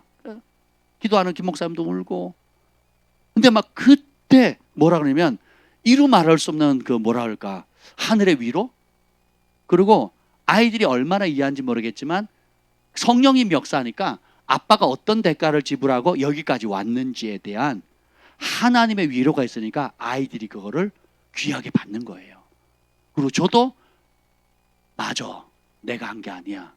하나님이 붙드셨어. 하나님 그때 은혜 주셨어. 그래서 여기까지 온 게 내 힘으로 온 게 아니야. 그때도 내 힘으로 일한 것 아니고 하나님 도우셨고 그 사이에 지금까지 수많은 우여곡절이 있었는데 그 크고 작은 일들마다 주님께서 감당하지 못할 때도 주님이 도와주셨고 인도하셨는 이 모든 것들이 감사함으로 막 파도처럼 막 밀려오는 거예요. 얼마나 감사한지. 그 하나님의 위로. 그러니까 결국은 뭐예요? 내가 한 게 하나도 없어요. 주님이 붙잡아 주신 거예요. 주님이 은혜 주신 거예요. 주님이 용기 주신 거고, 주님이 기도할 수 있는 열정을 주셨고, 주님이 울면서 부르실 수 있는 눈물을 주셨어요. 그러니까 내가 온 게 아니라 주님이 나를 통해서 주님이 우신 거더라고요. 할렐루야. 그러니까 이걸 깨달으니까 그러면 내가 지난 50년 동안 주님이 지켜주셨다면 앞으로도 지켜주신다. 지난 50년 동안 죄를 참 많이 지었거든요. 잘못도 많이 하고 인격적 결함도 많고 신앙 일대에다가 또 인격적으로도 목회는 하고 신학은 하고 목사 안수는 받았지만 여러분도 눈 두 개 있고 저도 눈 두 개 있고 여러분도 배고프면 굶주림 느끼고 저도 배고프면 굶주리는 거예요. 짜증나고 화낼 때 있고 죄의 유혹을 받기도 하고 쓰러지기도 하고 또 믿음을 발휘하기도 하지만 온갖 것들을 다 하지만 그런 저를 주님께서 버리지 아니하시고 어디 한번 잘하면 내가 상 주고 못하면 내가 혼내줄게 이게 아니라 우리의 연약함을 버리지 않으시고 같이 공감해서 그 자리에 함께 해주신 거예요. 그래서 제가 어릴 때 그 그림을 보면 그런 게 있잖아요. 발자국이 예수님과 함께 나란히 걷다가 갑자기 발자국이 하나밖에 없는 거예요. 그래서 그 사람이 얘기하죠. 예수님 내가 혼자일 때 예수님 도대체 어디 가셨냐고. 이 가장 힘들고 가장 어렵고 가장 고통스러울 때 왜 나 혼자 내버려 뒀냐고 막 투덜거리니까 그림을 자세히 봐라. 어떻게 되겠습니까? 예수님이 나를 업고 가고 계시는 거예요. 나는 이미 탈진했고 절망했고 포기했고 더 이상 그냥 쓰러져서 죽을 수밖에 없는 누가 도와줘야 하면 죽는 그 사마리아 그 강도 맞는 길가에서 강도 맞은 사마리아 사람 강도 맞은 사람처럼 죽을 수밖에 없는데 그때 어떻게 해요? 주님이 저를 업고 건너가신 거죠. 제가 군대 갔다 와서 하와이 코나에서 이제 DTS를 마치고 돌아오는데 코스타리카에서 미국 거쳐가지고 하와이 거쳐가지고 하룻밤 자고 이제 와야 되는 이정에 제 수중에 이불밖에 없었어요. 이불. 덮는 이불 말고 $2밖에 없었어요. 근데 $2를 가지고 이제 코스타리카에서 저기 미국 남부 쪽 거쳐가지고 LA 거쳐가지고 하와이에 와서 하룻밤을 자고 다시 일본 거쳐가지고 이렇게 와야 되는 여정이었거든요. 근데 하와이에 마중 나와야 될 사람이 마중을 안 나온 거예요. 근데 성령께서 미리 알려주시더라고요. 가면 안 나와 있을 거래요. 설마. 근데 아무도 안 나와 있어요. 그래서 제가 어디서 잔 줄 아세요? 공항을 못 나가고 공항 안에서 잤습니다. 공항 안에서 화장실 들어가서 머리 감고요. 그 돈이 없으니까 그 이불 가지고 뭐 했냐? 이거 했어요. 그 뭐지? 초콜릿 바 하나 사고요. 배고프니까 초콜릿 바 하나 사고 그리고 신문 하나. 영자 신문 하나. 이거를 기념으로 가져가야 되겠다. 미국에서 산 거잖아요. 미국산 신문. 우리 한국에 없거든요. 그래서 영자 신문 하나랑 뭐라도 읽을 거리라도 있어야 되잖아요. 하나랑 이제 바 큰 거 하나 사가지고 그러고 왔거든요. 근데 이제 비행기를 타고 이제 태평양을 건너서 이제 되게 처량했죠. 아무도 없고 태평양을 건너와야 되는데 아무도 없는데 되게 처량하더라고요. 그리고 한국의 공항에 가도 누가 나올지를 모르겠는 거예요. 아무도 제가 가는지를 모르거든요. 누가 나올지를 모르겠는 거예요. 메시지는 띄우긴 했는데 받았는지 안 받았는지 뭐 응답할 길도 없고 뭐 누가 나오는지도 모르겠고 이제 가면 뭐 공항마저 이렇게 하와이에서도 아무도 찬바람 맞았는데 그 공항에서 자는데 진짜 처량하더라고요. 다행히 하와이가 더운 지역이라 그나마 괜찮았지 추운 지역에 있었으면 진짜 막 곤욕스러웠을 겁니다. 그래서 거기서 머리 감고 세수하고 다 했어요. 발 씻고 다 했습니다. 화장실 들어가가지고 제가 다 했어요. 그래가지고 하여튼 공항에서 그냥 이러고 쪽잠 자고 이제 그러고 이제 비행기를 타서 이제 공항에 오는데 성령께서 저에게 그걸 보여주시더라고요. 너는 죽음의 벼랑 한가운데를 건너갔대요. 저에게. 그러니까 진짜 보니까 죽음의 벼랑이에요. 그러니까 길도 어떻게 되냐면 그러니까 깜깜해요.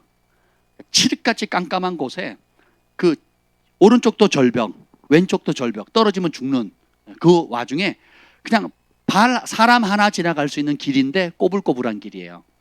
그 가운데 주님께서 뭐냐면 주의 말씀은 내 발의 등이요 내 길의 빛이니이다 하는 이 말씀을 주면서 내가 가야 될 길을 보여주질 않으시는 거예요.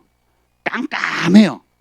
심지어 내 옆이 벼랑인지 좌우쪽이 벼랑인지도 안 보여주는 거예요. 그럼 뭐만 보여주냐? 주의 말씀이 내 발의 등불이잖아요. 내가 디뎌야 할 그 다음 그 징검다리처럼 그 발 디딜 곳만 탁 비춰주는 거예요. 환상으로 그게 보이더라고요. 자, 발을 탁 디디면 그 다음에 주의 말씀이 다른 곳 디뎌야 될 곳에 빛을 탁 비추는 거예요. 그렇게 해서 한 발짝 두 발짝 해서 이렇게 왔는데 딱 뒤돌아보니까 좌우가 천리길 낭떠러지 길에다가 그리고 이거는 그냥 빛을 잘 비춰주고 가도 어려운 길, 조금만 방심하면 떨어질 수밖에 없는 그런 길인데 미리 이런 길인 줄 알았더라면 출발 자체도 못했을 거예요.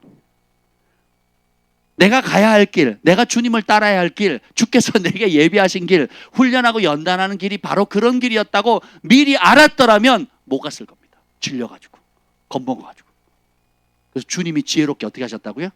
그냥 한 발 디딜 곳만 순종하면 또 주의 말씀을 주셔요. 약속의 말씀을 줘서 순종하면 또 한 발.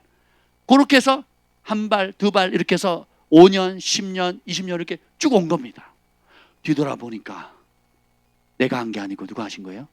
하나님 하신 거예요. 그래서 내 인생 내가 계획하는 것도 아니고 내가 가고 싶은 대로 가는 것도 아니고 주님의 은혜로 온 거예요. 오늘 바울이 그 얘기를 하거든요. 이 봅시다. 바울이 그 얘기를 하는데 이거 나중에 보려고 했는데 먼저 말 나온 김에 보죠. 고린도후서 12장 9절을 봅시다. 12장 9절. 12장 9절 10절 읽겠습니다. 12장 9절 10절 한번 읽어보죠. 시작. 나에게 이르시기를 내 은혜가 내게 족하도다. 이는 내 능력이 약한 데서 온전하여 짐이라 하신지라. 그러므로 도리어 크게 기뻐함으로 나의 여러 약한 것들에 대하여 자랑하리니 이는 그리스도의 능력이 내게 머물게 하려 함이라. 그러므로 내가 그리스도를 위하여 약한 것들과 능력과 궁핍과 박해와 공고를 기뻐하노니 이는 내가 약한 그때의 강함이라. 바울이 배운 게 이겁니다. 우리는 학교 다닐 때 내가 학교에서 우등상장 받아오면 엄마가 기뻐하고 또 달리기에서 1등하면 또 좋은 고등학교에 합격하면 또 다른 사람과 경쟁해서 뭔가를 잘해서 업적을 이루면 우리가 부모님께 칭찬받고 선생님께 칭찬받고 사회에서 칭찬받는 것에 익숙해져 있어요. 반대로 남들처럼 1등을 못하거나 남들처럼 합격을 못하거나 남들처럼 뭔가 자랑할 만한 부모님 자식 잘 뒀습니다 자랑거리가 없게 되면 그 존재 자체를 무시당하거든요. 그러니까 존재 자체를 너 그래갖고 세상에 써먹을 수 있겠어? 세상 가서 뭐 밥이라도 먹고 살겠냐?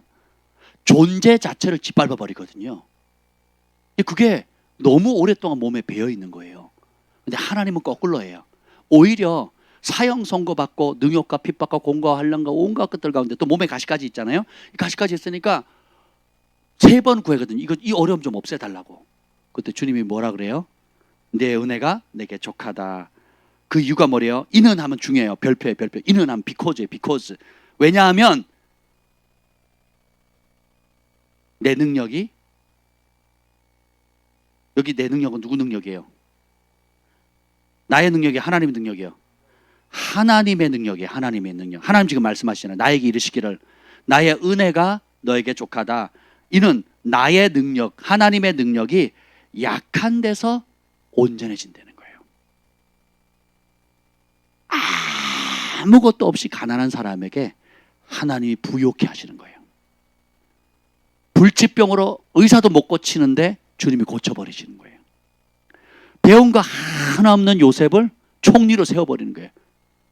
근데 사람들이 뭐라 그럽니까? 요셉이 야 좋은 학교 나왔네 이러지 않아요. 이같이 여호와의 신 들린 자를 우리가 본 적이 없다 그러거든요. 누가 영광을 받는 거예요? 누구 이름이 먼저 나와요? 여호와 이름이 나오는 거예요. 여호와 이름이. 다윗도 어떻게 왕이 돼요? 사무엘이 기름 부으니까 하나님의 영이 임하죠. 목동 형제들 가운데 사무엘이 딱 보니까 그 8형제인가요? 그 형제 가운데 제일 왕 같은 사람이 누구였어요? 첫 번째죠. 무슨 아비예요? 엘리압이에요? 네, 엘리압. 와, 왕같이 보이는 거죠. 기름 부으려 했더니 아니다. 나는 이미 버렸다 그러거든요. 아니다까지는 이해가 되는데 버렸다 그러거든요. 사실 다윗이 막내가 기름 부음 받았을 때 제일 조롱하는 게 누굽니까? 니까지 게? 큰형이 큰형. 맏형. 니까지 게? 전쟁에 장난치러 왔냐? 조롱하거든요. 근데 조롱당할 만 했어요. 예, 선지자가 와도 끼지도 못하는 아주 약한 존재였거든요. 예, 약한 존재. 근데 주님께서 너희의 부르심을 봐라. 너희 가운데 문벌이는 자 많지 않고 능력 있는 자 많지 않다 그랬고 가진 자 많지 않다 그랬거든요. 고린도서 1장에 보면 우리 가운데 그게 왜 그래요? 문벌이는 자도 있어요. 가진 자도 있어요. 예, 그리고 학벌인 자도 있습니다. 근데 대부분은 그렇지 않다는 거예요. 왜 그럴까요? 아무도 자랑하지 못하게 하려고. 이게 하나님의 지혜는 거예요. 오늘 이 얘기를 좀 나눌 건데 하나님의 능력은 따라서 나의 약함에 빛을 발하신다. 오히려 이 사실을 깨닫고는 없게 도리어 크게 기뻐함으로 나의 여러 약한 것들 자랑하죠. 나 말 못한다. 말 못하는 거, 버벅버벅대는 거, 그 몸 약한 거. 생각해 보세요. 바울이 이제 자기가 얼마나 고난을 당했는지 실제로 설명하는데 12장 볼까요? 그 12장에 봅시다. 11장 23절부터 27절까지 읽어보죠. 바울이 어떤 고난을 당했는지 시작. 그들이 그리스도의 일꾼이냐 정신없는 말을 하거니와 나는 더욱 그러하도다. 내가 수고를 넘치도록 하고 옥에 갇히기도 더 많이 하고 매도 수없이 맞고 여러 번 죽을 뻔하였으니 유대인들에게 40에서 하나 감한 매를 5번 맞았으며 3번 태장으로 맞고 1번 돌로 맞고 3번 파선하고 일주야를 깊은 바다에서 지냈으며 여러 번 여행하면서 강의 위험과 강도의 위험과 동족의 위험과 이방인의 위험과 시내의 위험과 광야의 위험과 바다의 위험과 거짓 형제 중에 위험을 당하고 또 수고하며 애쓰고 여러 번 자지 못하고 줄이며 목마르고 여러 번 굶고 춥고 헐벗었도다. 아멘. 여러분이 이 일을 한번 당한다고 생각해 보세요. 수고를 넘치게 했는데 감옥에 여러 번 갇혔다는 거. 실제로 바울은 계속 감옥에 갇히거든요. 결국 마지막에 감옥에서 참수를 당합니다. 세례 요한처럼. 감옥을 빠져나왔다 들어갔다가 빠져나왔다 들어왔다. 그리고 재판에 고소도 굉장히 많이 당하고요. 그리고 가는 곳마다 유대인들이 깡패 동원해가지고 시장 깡패들 동원해가지고 선동하고, 그리고 1차 전도여행 때 돌에 맞아서 죽잖아요. 그죠? 형제들, 믿음의 형제를 그 성 밖으로 내던지니까 시신은 성 안에 못 두거든요. 부장해지니까 성 밖으로 던졌단 말이죠. 옛날 여기 천호동이 그랬대요. 오늘 권창 목사님 얘기해 주는데 천호동이 그 천호역 있죠. 그 뒤 현대백화점 그 뒤쪽이 사람들 그 논밭이었는데 1950년대 이후에 사람이 죽으면 그냥 시체를 그냥 갖다 던졌대요. 그래서 자식이 죽거나 그래서 신고를 해도 못 찾으면 여기 와서 찾았대요. 그럼 찾아간대요. 살해당하거나 자살하거나 하면 시신을 그냥 여기다 던졌다는 것이죠. 예, 그러니까 그런 곳이 천호동이었대요. 지금 많이 발전됐죠. 그러니까 여기 보면 바울도 그때 돌로 맞아 죽었으니까, 그러니까 죽도록 맞은 게 아니라 맞아 죽은 거죠. 그러니까 돌에 맞아 죽을 정도면 얼마나 맞은 거예요. 그죠? 우리 김 목사님께서 밴쿠버에 있을 때 급하게 나오라 그랬더니 급하게 나오다가 이제 1층 거실에 벽 있잖아요. 모서리 손으로 팍 쳤어요. 어떻게 됐게요? 붓기 시작하고 이제 부러진 금이 간 거예요. 그래가지고 몇 개월을 손을 못 쓴 거예요. 그냥 퍽 친 거예요. 급하게 나오다 자기 손으로 자기가 친 거예요. 그래가지고 금 가가지고 막 병원 다니고 난리도 아니었어. 이쪽 병 가면 괜찮다 그러고 저쪽 병 가면 부러졌다 그러고 저쪽 병 가면 또 뭐라 그러고 본인은 아픈데 아이고. 그래서 그 의사 만나려면 6개월 기다렸는데 6개월. 전문의 만나는데 6개월 걸린대요. 그 사이 다 뭐 어떻게 6개월 참으려는 거죠. 우리나라가 만세요. 우리나라는 아무 때나 가면 되잖아. 아무 병은 안 받아줍니다. 거기는 공짜인데 6개월 기다려야 돼요. 그러니까 죽을 병 아니면 오지 말라 이거예요. 보세요. 근데 맞아요. 내 손으로 그냥 부딪혀도 부러질 수도 있고 한데 다른 사람이 악의에 차가지고 저런 인간 죽여야 된다고 해서 죽이려고 돌을 던졌단 말이죠. 그때 1차 여행 때 그렇게 맞았고 그 이후로 보면 유대인들한테 40에 하나 감한매 이거 보통 사람 맞으면 죽습니다. 40에 하나 빼면 몇 대요? 39대. 왜 39대 때리냐면 죽일 죄인에게 하는 형벌이 40대를 치는 거예요. 그럼 죽어요. 보통 사람 죽거든요. 약한 사람 죽으니까 혹시나 이 사람이 하늘이 살려서 살 기회를 준다면 한 대 덜 때려서 살면 살 기회를 얻는다 하고 죄인에게 마지막에 베푸는 은총의 선물이 40대에서 한 대 빼는 거예요. 40대 맞으면 죽으니까 보통 사람은. 그래서 39대를 때리는 거예요. 죄인에게 마지막 베푸는 선물인 거예요. 근데 이걸 몇 번 맞아요? 5번 맞아요. 3번 태장으로 맞고 한 번 돌, 그때 1차 전쟁 때 돌 맞았죠. 그 다음에 3번 파선하고 바닷속에서 일주일 동안 떠다녔고 유라굴라 광풍 만나가지고 그때 고생한 거 나오죠. 강의 위험, 강도, 동족의 위험. 유대인들이 가는 곳마다 선동하죠. 고소하고 이방인들은 또 호의적인 거 아니죠. 이방인들이 또 야만인들이 있으니까 시내, 광야, 바다. 제일 힘든 게 또 거지 형제들 있죠. 그래서 수고하고 그 다음에 여기 고린도 교회는 참 재밌어요. 마게도냐 지역은 가난했어요. 굉장히 가난했는데 바울을 엄청 돕습니다. 자기 눈이라도 빼줄 것처럼. 빌립보 교회 같은 경우도 그렇고 감옥에 있을 때 많이 도와주거든요. 근데 상대적으로 이 고린도 교회는 부자예요. 상업과 굉장히 부유한 진짜 돈 많은 지역에 아무리 없어도 굉장히 잘 사는 곳이거든요. 근데 고린도 가서요 바울이 돈을 한 푼도 안 받습니다. 사역자로서 사역비를 하나도 안 받아요. 그래서 수고하고 애쓰고 굶고 춥고 헐벗었단 말이에요. 그러면 그 부족분을 누가 채워줬느냐? 마게도니아 지역에 있는 가난한 성도들이 도왔어요. 이게 하나님 나라입니다. 어떤 사람이 도와요? 마음이 있는 사람, 사랑하는 사람. 이 고린도후서에 이제 마지막에 이제 헌금 얘기를 쭉 합니다. 극심한 가난 가운데서 마게도니아 사람들은 처음부터 끝까지 돕고 천문학적 재정을 돕습니다. 근데 이 고린도 교회는 자기 돈이 있으니까 우리가 하겠다 그랬어요. 1년 전에 하겠다고. 근데 사람 보냈더니 안 하고 있는 거예요. 근데 이제 시간은 차오고. 그러니까 너네가 매주일 모일 때마다 모아라 약속한 거. 너네가 스스로 하겠다 그러지 않았냐? 시킨 게 아니에요. 스스로 하겠다 그래놓고 안 하는 거예요.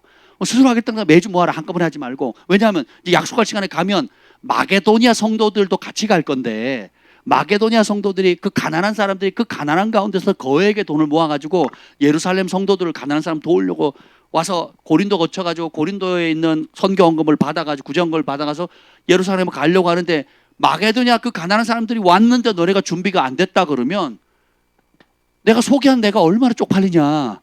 그리고 마게도니아 성도들 앞에 부자인 고린도 성도들은 얼마나 수치가 되겠냐. 그 꼴 안 보게 좀 해라 라고 얘기를 해요. 그걸 8장, 9장, 10장, 3장에 걸쳐서 얘기합니다. 3장에 걸쳐서. 예수님이 설교하는 거 예를 들죠. 예수님 입을 여시잖아. 하나 둘 셋 할 때마다 하나 둘은 다 돈 얘기해요. 그리고 다른 얘기 하시고 다시 하나 둘 세 가지 얘기를 하죠. 그 두 가지는 무슨 얘기? 돈 얘기예요. 돈 얘기. 왜 그럴까요? 우리의 모든 관심사가 어디가 있으니까? 돈에 가 있거든요. 바울이 그걸 고린도후서에서 8장, 9장, 10장 쭉 석장에 걸쳐가지고 쫙 얘기를 합니다. 그렇게 중요하다. 근데 마게도니아 성도들이 자원해서 드렸기 때문에 이거는 하나님께서 드리는 향기로운 산 제사다, 산 예물이다 막 그러거든요. 극심한 가난 가운데. 근데 바울이 이런 어려움 가운데서도 그러니까 몸이 약했겠죠. 그렇죠? 그래서 처음 그 바울과 동행했던 인물 중에 누가가 있잖아요. 누가가 뭐예요? 의사죠. 참 감사하죠. 하나님이 그런 동역자 붙여준 거예요. 여러분이 제가 사역하는데 한의사가 붙어서 다닌다. 저 미용사가 한번 전용 미용사가 있잖아요. 얼마나 좋은지 몰라요. 제가 캐나다에 있을 때만 해도 3년 반 동안 맨날 저희 집 사람이 머리를 해줬거든요. 머리를 깎는 게 어려운 게 아니라 그 앉아있는 게 고통이었거든요. 기본 30분, 40분. 그것도 어둡고 막 칙칙한 곳에서 하니까 하고 나면 이렇게 뭐 잘 안 보이니까 쥐파먹잖아요. 그럼 다시. 돈 아낀다고 되게 힘들었거든요. 그래도 그 기술을 한국에서 배워가가지고 우리 온 가족 주한이 경환이 찍소리 안 하니까 걔네들은 뭐라도 해주면 그냥 이쁜 줄 알고 하고 저야 막 입이 막 나와가지고 잘 깎았니 못 깎았니 막 이제 어쩌고 저쩌고 막. 근데 제가 뭐 돈을 안 가져오는 이상 뭐 어떻게 해요? 주는 대로 그냥 해야지. 되게 감사했거든요. 근데 한국에 왔는데 정관동 헤어스키즈를 만나가지고 그냥 염색에다가 뭐 또 뭐죠? 뭐 스트레이트 파마에다가 뭐 그 있잖아요. 그 매직 스트레이트. 이야, 저는 그런 거 못하지만 보세요. 그게 5분도 안 돼가지고 다 머리를 잘라요. 정말 세계 최고인 것 같아요. 세계 최고. 우리 교회는 세계적인 인물들만 있어. 감사하잖아요. 근데 한의사가 붙었다. 이야, 요즘 그 우리 예본 한의원 많이 가신다면서요.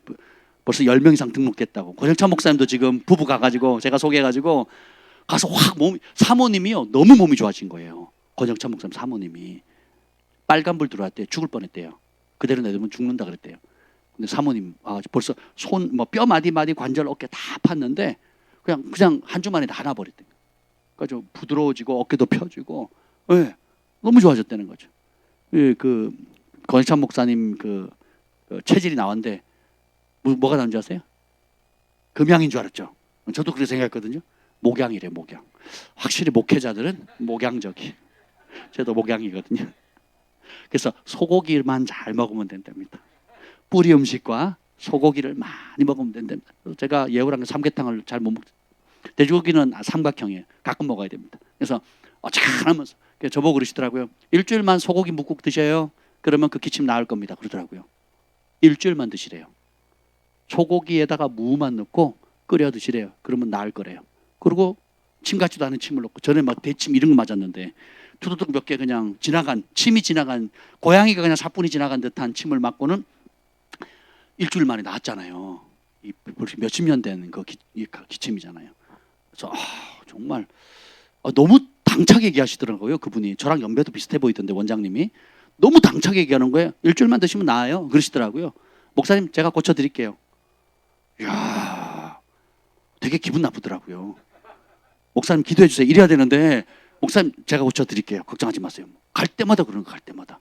목사님 잡을 때 잡아야 되니까 딴 데 가지 마시고 아무리 바쁘시더라도 일주일에 2번 이상 꼭 오세요. 그러더라고요. 제가 고쳐드릴게요. 그러더니 진짜 2주 만에 싹 가져버렸잖아요. 할렐루야. 그런 사람이 또 옆에서 이제 가이드 해주면 또 얼마나 좋겠습니까? 예. 그리고 또 우리 아이들, 이 초롱초롱한 아이들 또 돌봐주고, 또 공부도 가르쳐주고, 또 저희가 사역할 때 누가 도와준다면 큰 힘이 되겠죠. 바울이 몸이 그렇게 약하니까 누구를 붙였어요? 누가를 붙였거든요. 그러니까 바울에게 누구를 붙이면 좋겠노? 누가 할까? 그랬더니 누가가 저요 그랬어요. 그래서 바울의 모든 행적과 복음의 역사를 누가복음과 사도행전, 신약 성경의 그 분량이 거의 절반을 넘거든요. 2권을 썼는데 절반 이상의 책을 쓰게 됩니다. 누가가 의사니까 굉장히 섬세하거든요. 그래서 하나님 나라는 혼자 절대로 못 짓습니다. 아무리 독보적이고, 바울이 뭐 손수건이만 닿아도, 앞치마만 닿아도 귀신이 따라고 질병이 낫는 기적을 행해도 혼자 해요? 못해요? 못하는 거죠. 그래서 디모데가 병이 나서 위장병 생기니까 그냥 기도만 하고 금식만 하지 말고 뭐예요? 포도주를 써라. 물만 먹지 말고 포도주 써라. 이제 그렇게 권면을 하는 거죠. 그러면서 여러 가지 주변에, 그러니까 또 바울이 그 고린도전서를 쓴 이유 중에 하나가 뭐냐면, 고린도에게 갔다가 이제는 유대로 가야 되는데, 지금도 여러분 여기서 지중해 가려면 돈이 얼마나 듭니까? 아니면 저기 뭐 어디예요? 호주 가려면 돈이 얼마나 들겠어요? 미국 가려면. 그때 그 당시 바울이 육로를 다녀도 비용이 많이 들지만 위험하잖아요. 그런데 해상로를 통해서 그 그리스 아테네 밑에잖아요. 거기서 그 터키 쪽까지 그 에게해를 지나가야 되고, 또 그리고 엄청난 항해를 해야 되는 고대, 그 비용이 얼마나 들어요. 그러니까 오히려 그래서 편지를 쓰는 이유가 뭐냐면, 너희가 복음의 빚을 졌으니까, 그리고 유복하니까 내가 유대로 가야 되는데, 유대 땅으로 가야 돼, 돌아가야 되는데 너희들 후원 좀 해라, 이렇게 공개적으로 얘기를 해요. 복음을 위해서. 그러니까 물질 있는 사람은 그 물질을 통해서 돕죠. 그러니까 마게도냐 사람도 돕죠. 그래서 그 모든 그 거액의 재정을 가지고 이제는 원래 영적인 복을 줬던, 복음이 태동되었던 예루살렘, 그 순교의 피를 흘렸던 곳, 그리고 처음 원복음을 받아가지고 전 세계에 목숨 걸고 흩어져서 전했던 그 믿음의 형제들, 복음의 고향, 모판이 되는 그곳이 기근이 든 거예요. 어려움을 당하니까 어떻게 해요? 전 세계에 있는 예수 그리스도의 복음을 받았던 사람들이 도와주는 거예요. 예수님이 그곳 출신인데다가 거기 있는 앞서 믿은 사람들, 제자들이 목숨이란 대가를 지불하고 전 세계 복음을 얻었기 때문에 우리가 구원받게 됐잖아요. 그들이 안 왔으면 우리가 구원 받아요, 못 받아요? 못 받죠. 그러니까 그 재정을 가지고 가니까 예루살렘에 있는 교회 성도들이 또 얼마나 은혜를 받겠어요. 이 얘기가 이제 고린도후서에 나옵니다. 왜 은혜를 받느냐? 아니, 우리보다 더 어려운 사람들이 돈을 모아가지고 우리의 기근과 어려움들, 배고프고 헐벗은 것을 갚았다. 그러니까 이걸로 인해서 하나님께 감사하게 되고, 예루살렘에 있는 성도들과 예루살렘에 예수님을 믿지 않는 유대인들이 칭찬하게 되는 거예요. 야, 저 이방인들은, 유대인들이 뭐 잘못했다고 이방인이 안 도와주잖아요. 근데 유대인 기독교인들이, 예수 믿는 사람들이 어려움을 당하니까 전 세계에 있는 믿는 사람들, 얼굴도 한번 못 본 사람들, 그 땅을 밟아보지도 못했던 사람들이 돈을 모아가지고 예루살렘에 주니까 빛이 되는 거예요. 하나님께 영광을 돌리는 거죠.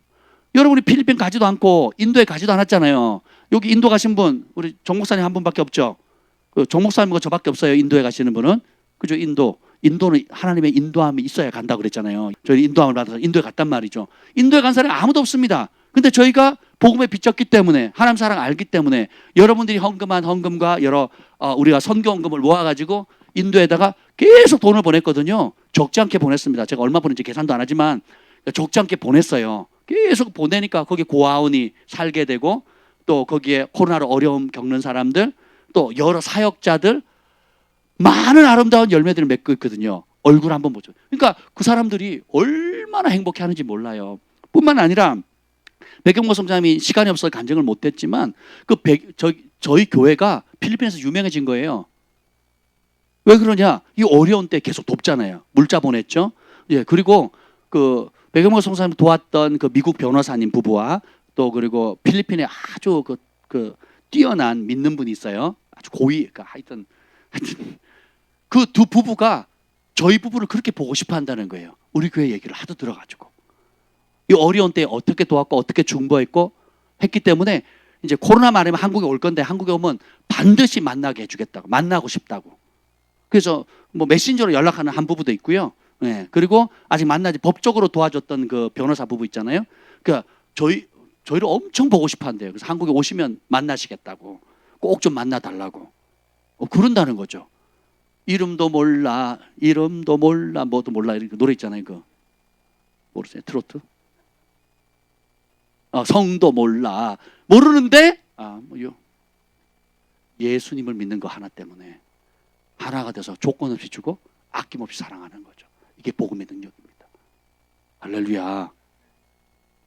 바울이 오히려 잘하는 것도 있지만 잘하는 게 많을수록 약점도 크거든요. 너무 잘하기 때문에 그 일에만 집중하잖아요. 초자연적인 것, 복음 전하는 것, 성령의 능력으로 복음 전하는 것, 예수님만 증거하다 보니까 결혼도 못해요. 결혼을 못하니까 누가 빨래를 해줄 수 있어요? 복음만 전하니까 돈 벌 수 있어요? 안 되죠.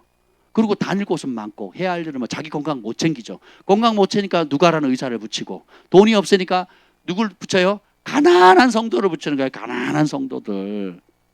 가난하지만 마음 있고 하나님을 사랑하는 사람들 붙여가지고, 그들 가난한 성도들이 내는 돈을 모아가지고 그 다음 도시로, 그 다음 마을로 갈 수 있는 경비를 제공하는 거죠.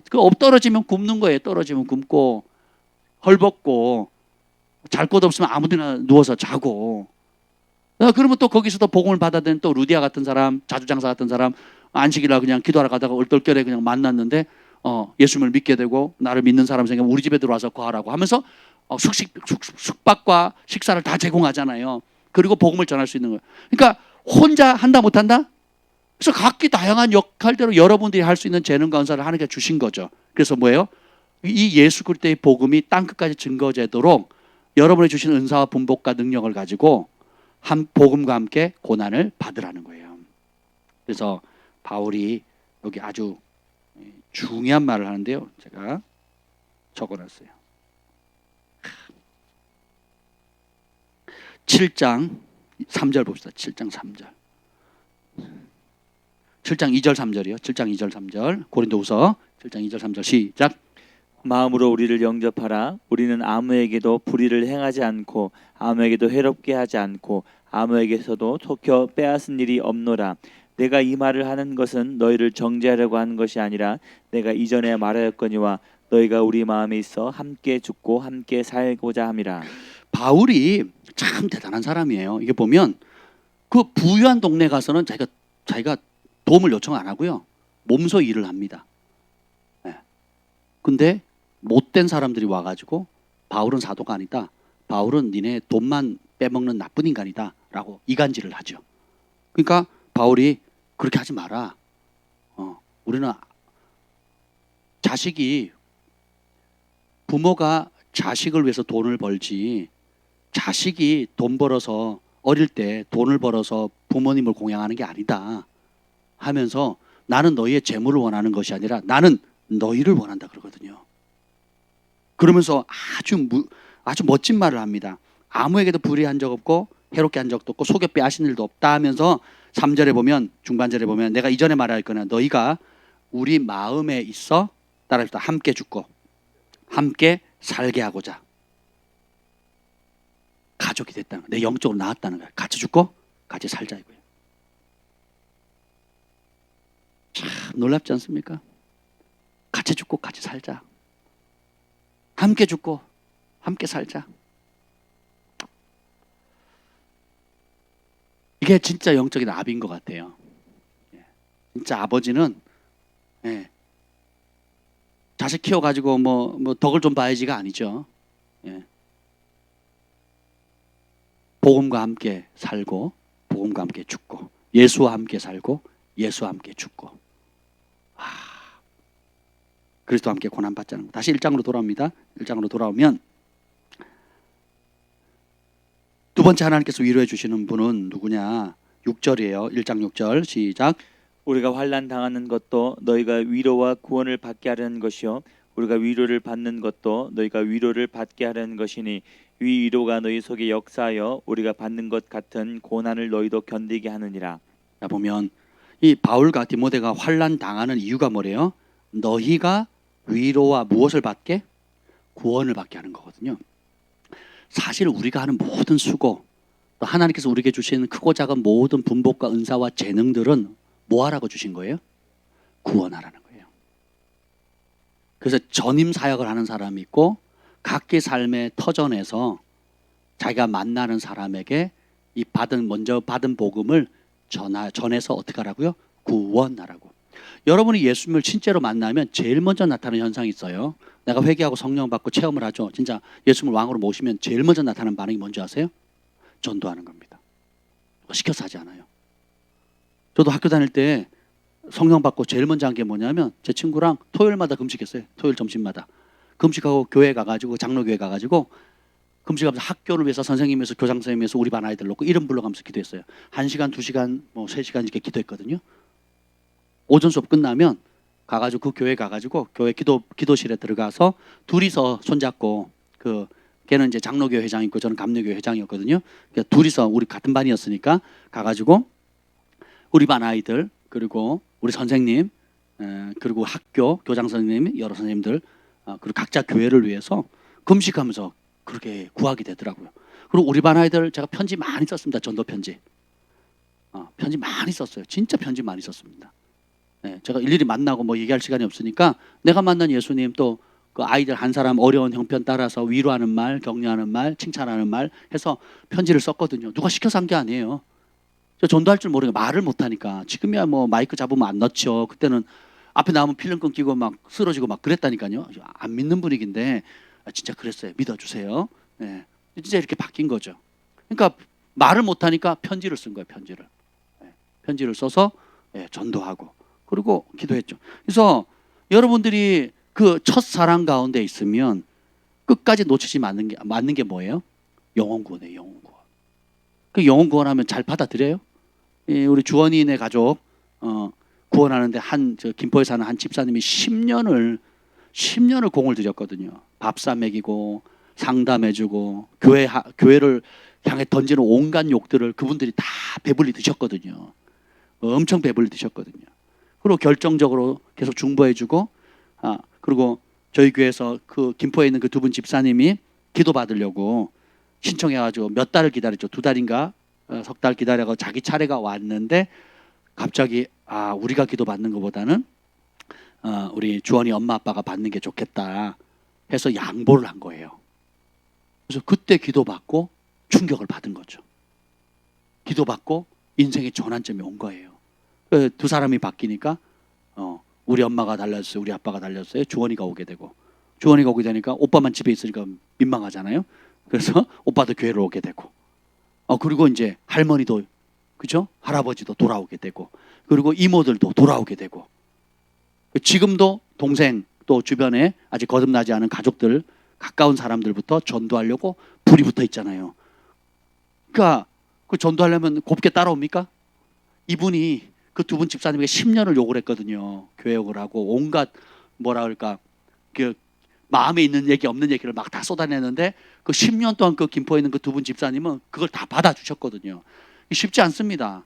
그리고 성경을 선물했는데 몇 년 동안 읽지도 않았어요. 그냥 그 먼지가 수북히 사도록 그냥 내버려 뒀는데 몇 년을 그냥 내뒀다가 이제 하다 안 돼가지고 뭐 성경책 한번 읽어보지 하다가 펼쳐서 읽었는데 막 읽을 때마다 눈물이 수도꼭지처럼 막 쏟아졌잖아요. 우리 주원이 엄마가. 그렇지 주원아? 말씀 읽다가 몇 년 동안 선물이니까 버릴 순 없고 읽기는 싫고 그래가지고 다른 책은 읽어도 성경은 안 읽었대요. 다른 상담책, 뭐 마음을 위로하는 책들, 뭐 부부 상담, 뭐 전문서책 다 읽어도 그건 안 읽은 거죠. 그러다가 소용없네. 그분이 성경을 선물을 줬는데 한번 읽어볼까 하고 읽다가 에베소서 읽다가 아내들이여 남편에게 복종하기를, 교회가 그리스도께 복종하듯 해라. 이 말 하나에 꼬꾸라졌대잖아요. 덤비면 안 되는구나. 덤비는 게 당연한 권리인 줄 알았는데, 아니 저 사람도 사람이고 나도 사람이니까 자기 생각이 있지. 그럼 나도 생각이 있지. 저 사람도 소리 지르니까 나도 소리 질러야지. 이러고 펑펑펑펑 싸우는 걸 누가 다 봐요? 자식들이 다 봤죠. 저리 봤지? 많이 봤지? 나도 봤다. 우리 부모님 싸우는 거. 그러니까 근데 보세요. 그러다가 아내들이여 남편들에게 복종하기를 교회가 그리스도께 하듯 하라. 그 말이 꼬꾸라진 거예요. 이게 하나님 말씀이구나 이거예요. 이게 좋은 글이구나. 이러면 좋은 거구나가 아니고 그 글을 읽을 때 뭐로 읽어요? 이게 하나님이 정해놓은 말씀이구나. 이것이 부부 사이에 정해놓은 영적인 질서구나. 그대로 받고는 그 말씀을 그대로 받는 거예요. 깨닫고 어떻게 해요? 남편이 막 쏴붙이는데 네 알겠습니다 이렇게 버린 거예요. 그러니까 이 안동명 형제님이 충격받은 거예요. 사람이 죽으려면 안 하던 짓을 한다고 쇼크를 받은 거예요. 그 정도로 충격을 받은 거예요. 이 여자가 죽을 때가 가까웠나? 왜 안 하던 행동을 해? 그거 떠는 거예요. 떠는 거. 본인 입으로 저한테 얘기하셨다니까요. 안 하던 짓을 하면 죽을까 싶어갖고. 그런데 계속 그러거든요. 고분고분해지고 이뻐지고 우리 아내가 달라졌어요. 이렇게 된 거예요. 그래 하여튼 보세요. 핵심은 예수님의 복을 먼저 받은 사람이 그 영혼 살리려고 계속 인내하며 기다리며 격려하며 욕먹어가면서 핍박받으면서 오해받아가면서 쫓겨나면서 그 대가를 지불할 때 주님이 위로해 주시는 거예요. 하나님 위로해 주시는 거예요. 그럼 그 위로를 받으니까 어떻게 돼요? 주님이 위로하면요 기적이 일어납니다. 주님이 위로한다는 건 뭔지 아세요? 네가 하는 게 너무 기쁘다 이 얘기예요. 네가 날 위해서 그렇게 고난받는 거, 내 대신 복음을 전하는 거, 이 전도의 미래한 거 가지고 말도 안 되는 방법 가지고 계속 고구마 익을 때까지 계속 찌르듯이 계속 찔러보듯이 계속 그 한 영혼 살리려고 불 가운데 건지려고 네가 애쓰고 수고하고 잠 못 자고 중보하고 금식하고 하는 이 모든 것들, 욕으로 갚지 않고 악으로 갚지 않고 선으로 악을 이기고 하는 그 모습들, 그 고난받는 게 너무 이쁘다 하고 위로해 주시거든요. 그래서 많은 사람을 옳은 대로 인도하는 자는 공창의 별과 같이 빛나리라. 이 땅에서도 상급을 주시고 하늘에서도 영원한 상급을 주시는 거예요. 오늘 이제 성경책을 어디다 좀 맡겼어요. 이게 카바를 맡기는데 그 맡기는 책에 보면 우리 4월 21일 날 소망이가 수요 예배 때 찬양하다가 하나님 환상이 열려가지고 하나님께 받은 말씀을 거기다 써놨어요. 그걸 제가 다시 읽어봤어요. 그게 뭐냐면 내가 오늘 하나님의 감동을 받았다 그러면서 써요. 하나님이 여기 있네. 하나님이 박 박 목사님과 함께 천국에 들어가는 걸 보여주셨습니다. 하나님께서 김 목사님을 천국에서 지극히 높은 자라고 하셨습니다. 하나님께서 정 목사님을 생명책의 이름에서 지우지 않는다고 했습니다. 그리고 한나 사모님께는 베드로에게 질문했던 3가지 질문을 하셨습니다. 내가 주님을 만나고 싶었는데 어쨌든 보여주셔서 하나님께 너무 감사합니다. 하나님께 헌금해야겠다는 감동이 들었습니다. 이러고 딱 끝나요. 뭔 뜻이냐? 못 알아요. 엄마 이게 뭔 뜻이니? 엄마가 물으니까 모르겠대요. 예사롭지가 않아요. 보세요. 근데 가장 우리가 인생을 마무리할 때, 인생을 결산할 때 제일 중요한 게 뭐겠어요? 제일 중요한 게 생명책에 이름 지워지지 않는 거, 주님과 동행하다가 주님과 함께 가는 거, 하나님 나라에서 지극히 존귀한 자라고 인정받는 거 아니겠습니까? 그렇지 않아요? 그래서 이 땅을 살아가는 동안에 그 노래 있잖아요. 요한의 아들 시몬아, 내가 다른 사람들보다 나를 더 사랑하느냐? 3번 부르셨다 그러잖아요. 이 땅에서 제일 중요한 질문, 네가 다른 어떤 것보다 나를 가장 사랑하느냐? 너의 명예보다, 너의 건강보다, 너의 노후보다, 너의 재정보다, 너의 사업보다, 너의 결혼보다, 너의 가정보다, 너의 자식보다 나를 가장 사랑하느냐? 주님 물어보시는 거거든요. 3번 물어본다는 것은 완전히 그것에 대해서 피하지 못하도록 하는 거거든요. 중요하다, 피하지 말라는 거거든요. 그것에 대한 명확한 답을 가지고 있으라는 거거든요. 하나님을 사랑할 거냐, 자기를 사랑할 거냐, 하나님을 사랑할 거냐, 세상을 사랑할 거냐, 하나님의 말씀에 목숨을 걸 거냐, 자기 감정과 자기 연민과 자기 계획과 자기 꿈에 사로잡힐 거냐, 이걸 우리가 선택해야 되는 부분이에요. 제자들이 왜 실패했습니까? 예수님을 바라보다가 세상을 바라보는 거거든요. 예수님을 다 버리고 쫓았지만 결국 궁극적으로는 예수님이 아니었죠. 마지막까지 뭘 구합니까? 누가 더 크냐, 누가 더 높냐, 누가 더 큰 자리 차지할 거냐, 한 자리 차지할 거냐. 우리가 교회를 다녀도 마찬가지예요. 천국을 믿습니다, 예수님을 답니다 하지만 누가 더 좋은 차 페리쉐이드를 타느냐, BMW를 타느냐, 누가 새 집을 샀느냐, 누가 월세방을 면하느냐, 누구 아들이 좋은 학교를 갔고 누구는 떨어졌냐, 이게 기준이 돼버리거든요. 속는 거예요. 속는 겁니다. 그거는 부가적으로 따라오는 복이고, 있으면 좋지만 그것 때문에 우리 자신을 평가하거나 다른 사람들을 우월하게 혹은 멸시하면서 비교할 거리가 아니거든요. 주님 앞에 섰을 때 가장 소중한 게 뭐예요? 영혼 살리는 거 아니겠습니까? 그죠? 여러분이 주신 시간, 젊음, 재능, 은사, 능력 가지고 몇 사람에게 복음을 전했는가? 얘들아, 우리가 주님 앞에 섰을 때 주님, 내가 너에게 준 명예를 줬다, 건강을 줬다, 물질을 줬다, 영향력을 줬다. 근데 그거 가지고 몇 사람에게 복음을 전했니? 몇 명의 지옥불에 떨어가는 그 영혼들을 건졌니? 라고 물으실 때 내가 준 재정 가지고 어디다 썼니? 내가 준 은사를 가지고 너는 어떤 일을 했니?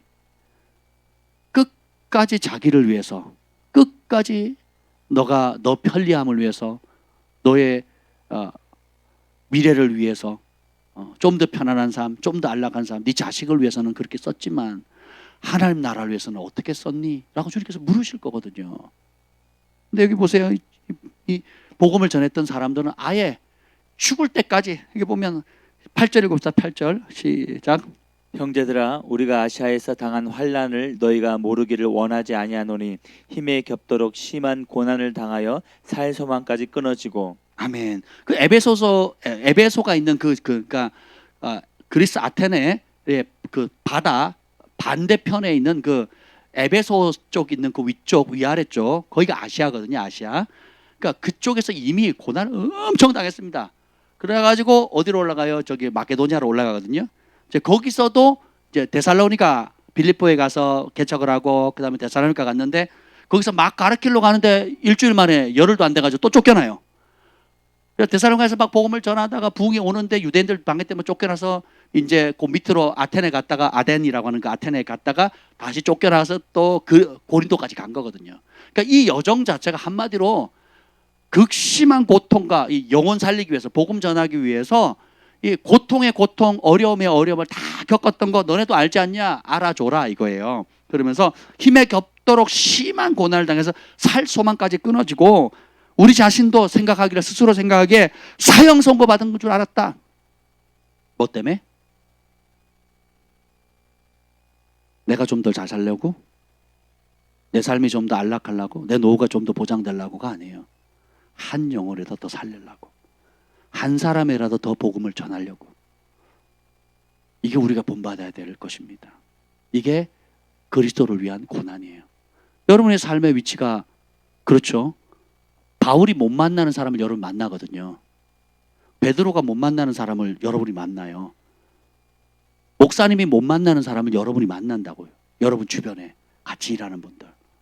그러면 전 세계는 못 나간다 할지라도 코로나 풀리면 제가 다시 나가겠지만 전 세계로 돌아다니지 못한다 할지라도 지금 내 주변에는 내 가족 형제들부터 시작해서 내가 알바를 하든 직장을 다니든 종업원이든 상사든 간에 정말 소중한 게 그 영혼들을 살리는 거다. 이게 예수님 마음이다. 그러면 예수님을 전하면 그들이 곱게 받지는 않잖아요.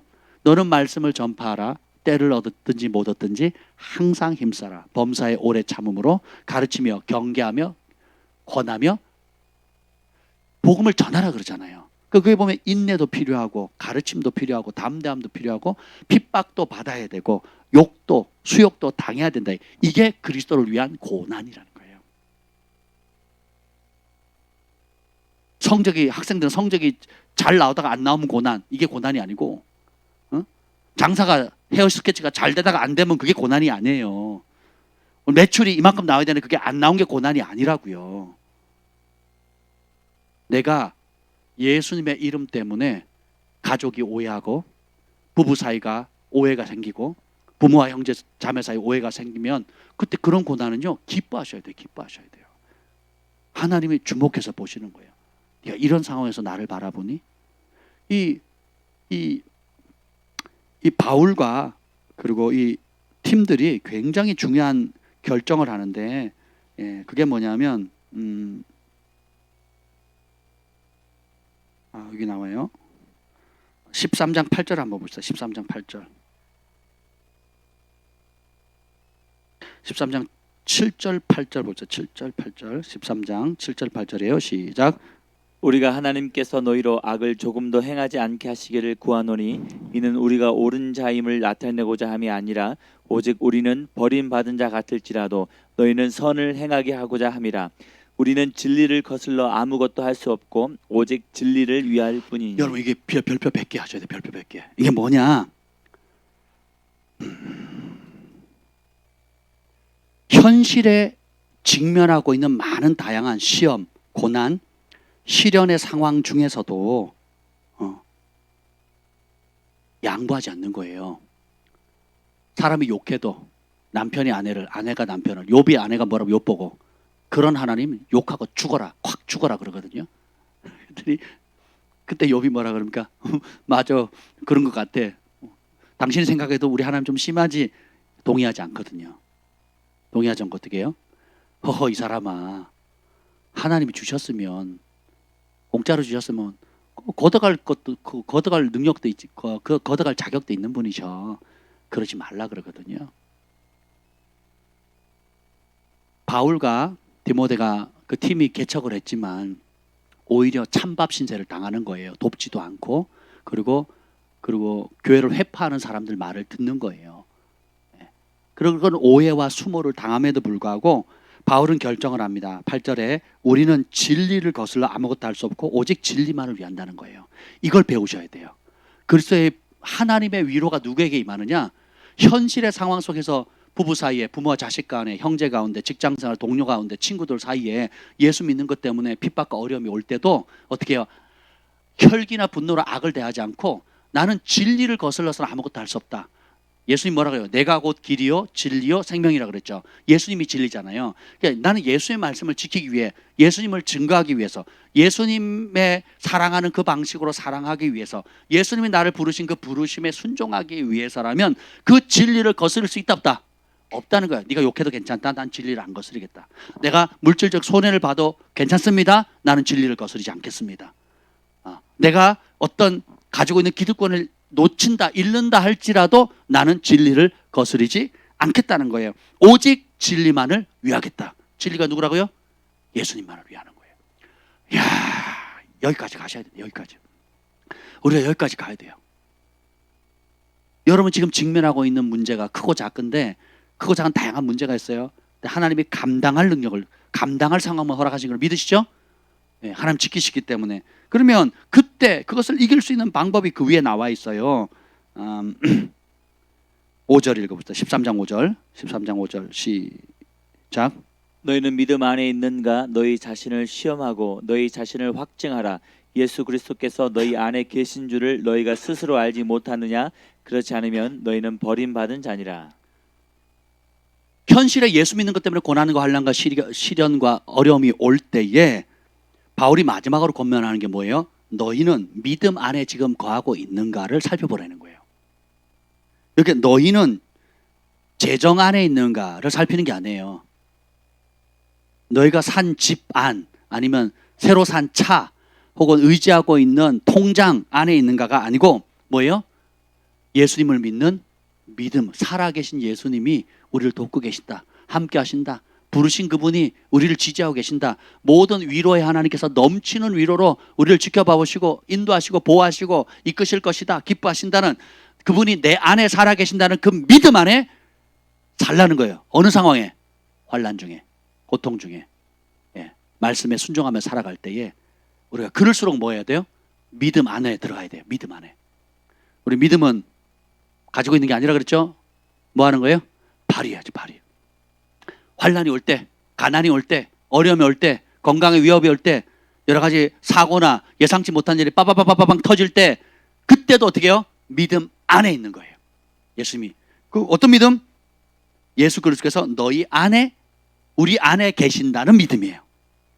아멘. 13장 3절 봅시다. 13장 3절 시작. 이는 그리스도께서 내 안에서 말씀하시는 증거를 너희가 구함이니 그는 너희에게 대하여 약하지 않고 도리어 너희 안에서 강하시니라. 예수님은 너희 안에서 강하시다 그랬어요. 근데 우리는 자꾸 눈에 보이는 거, 손에 잡히는 거, 여기 고린도후서에 또 나온다는, 우리 믿음의 사람 보이는 대로 행하지 않는다 그랬거든요. 뭘로 행한다? 믿는 대로 행한다는 거거든요. 어떤 믿음? 내 안에 예수님이 함께 하세요.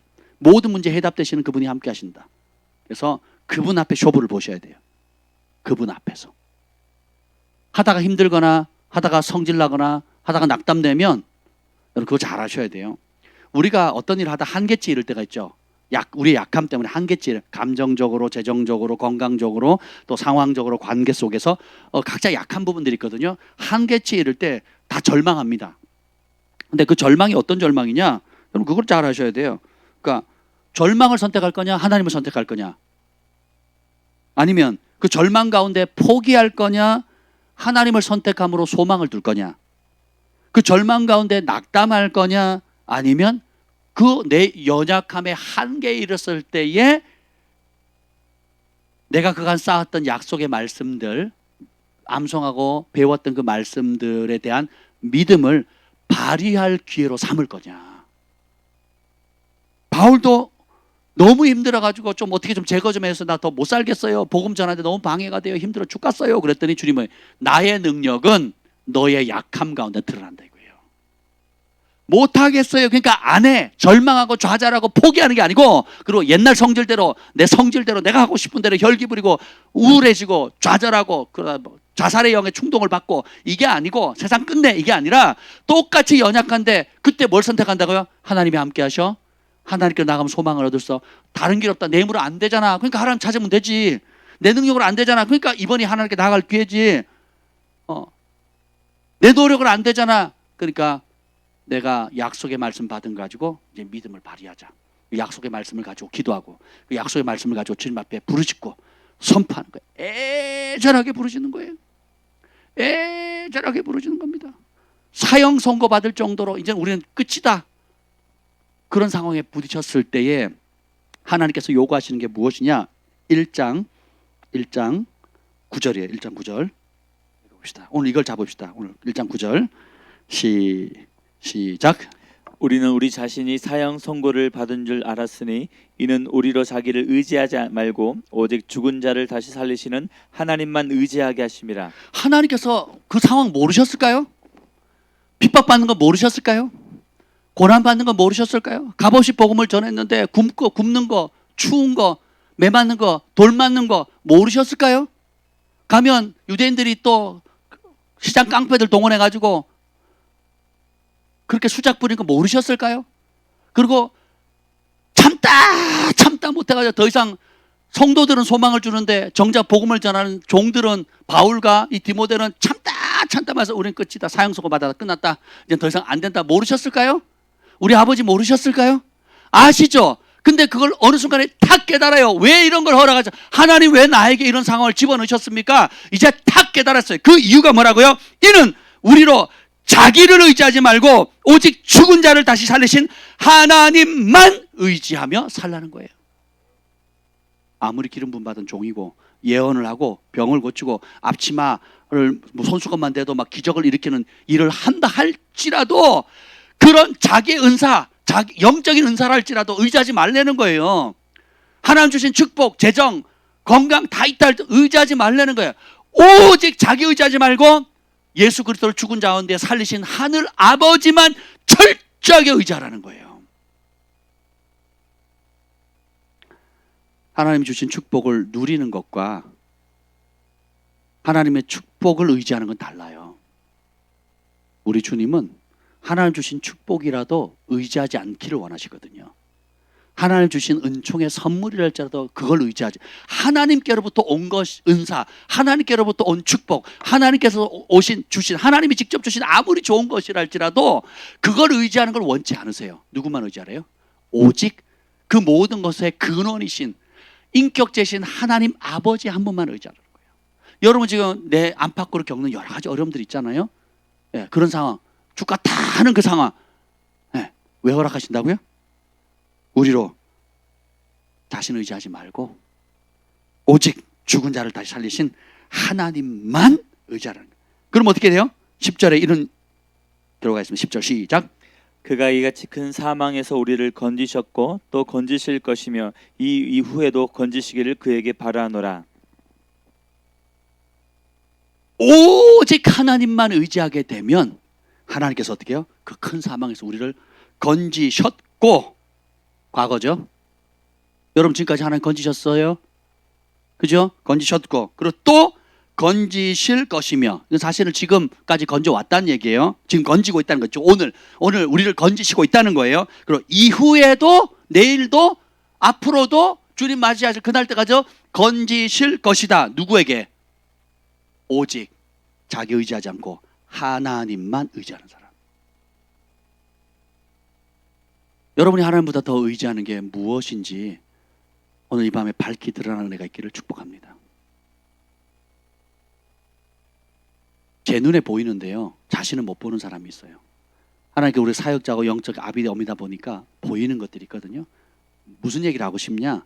우리가 볼 수 있다는 걸 얘기하는 게 아니고 사람 눈에도 보일 정도면 하나님 눈에는 얼마나 선명하게 보이겠습니까? 그렇죠? 그래서 가족을 둔 거예요.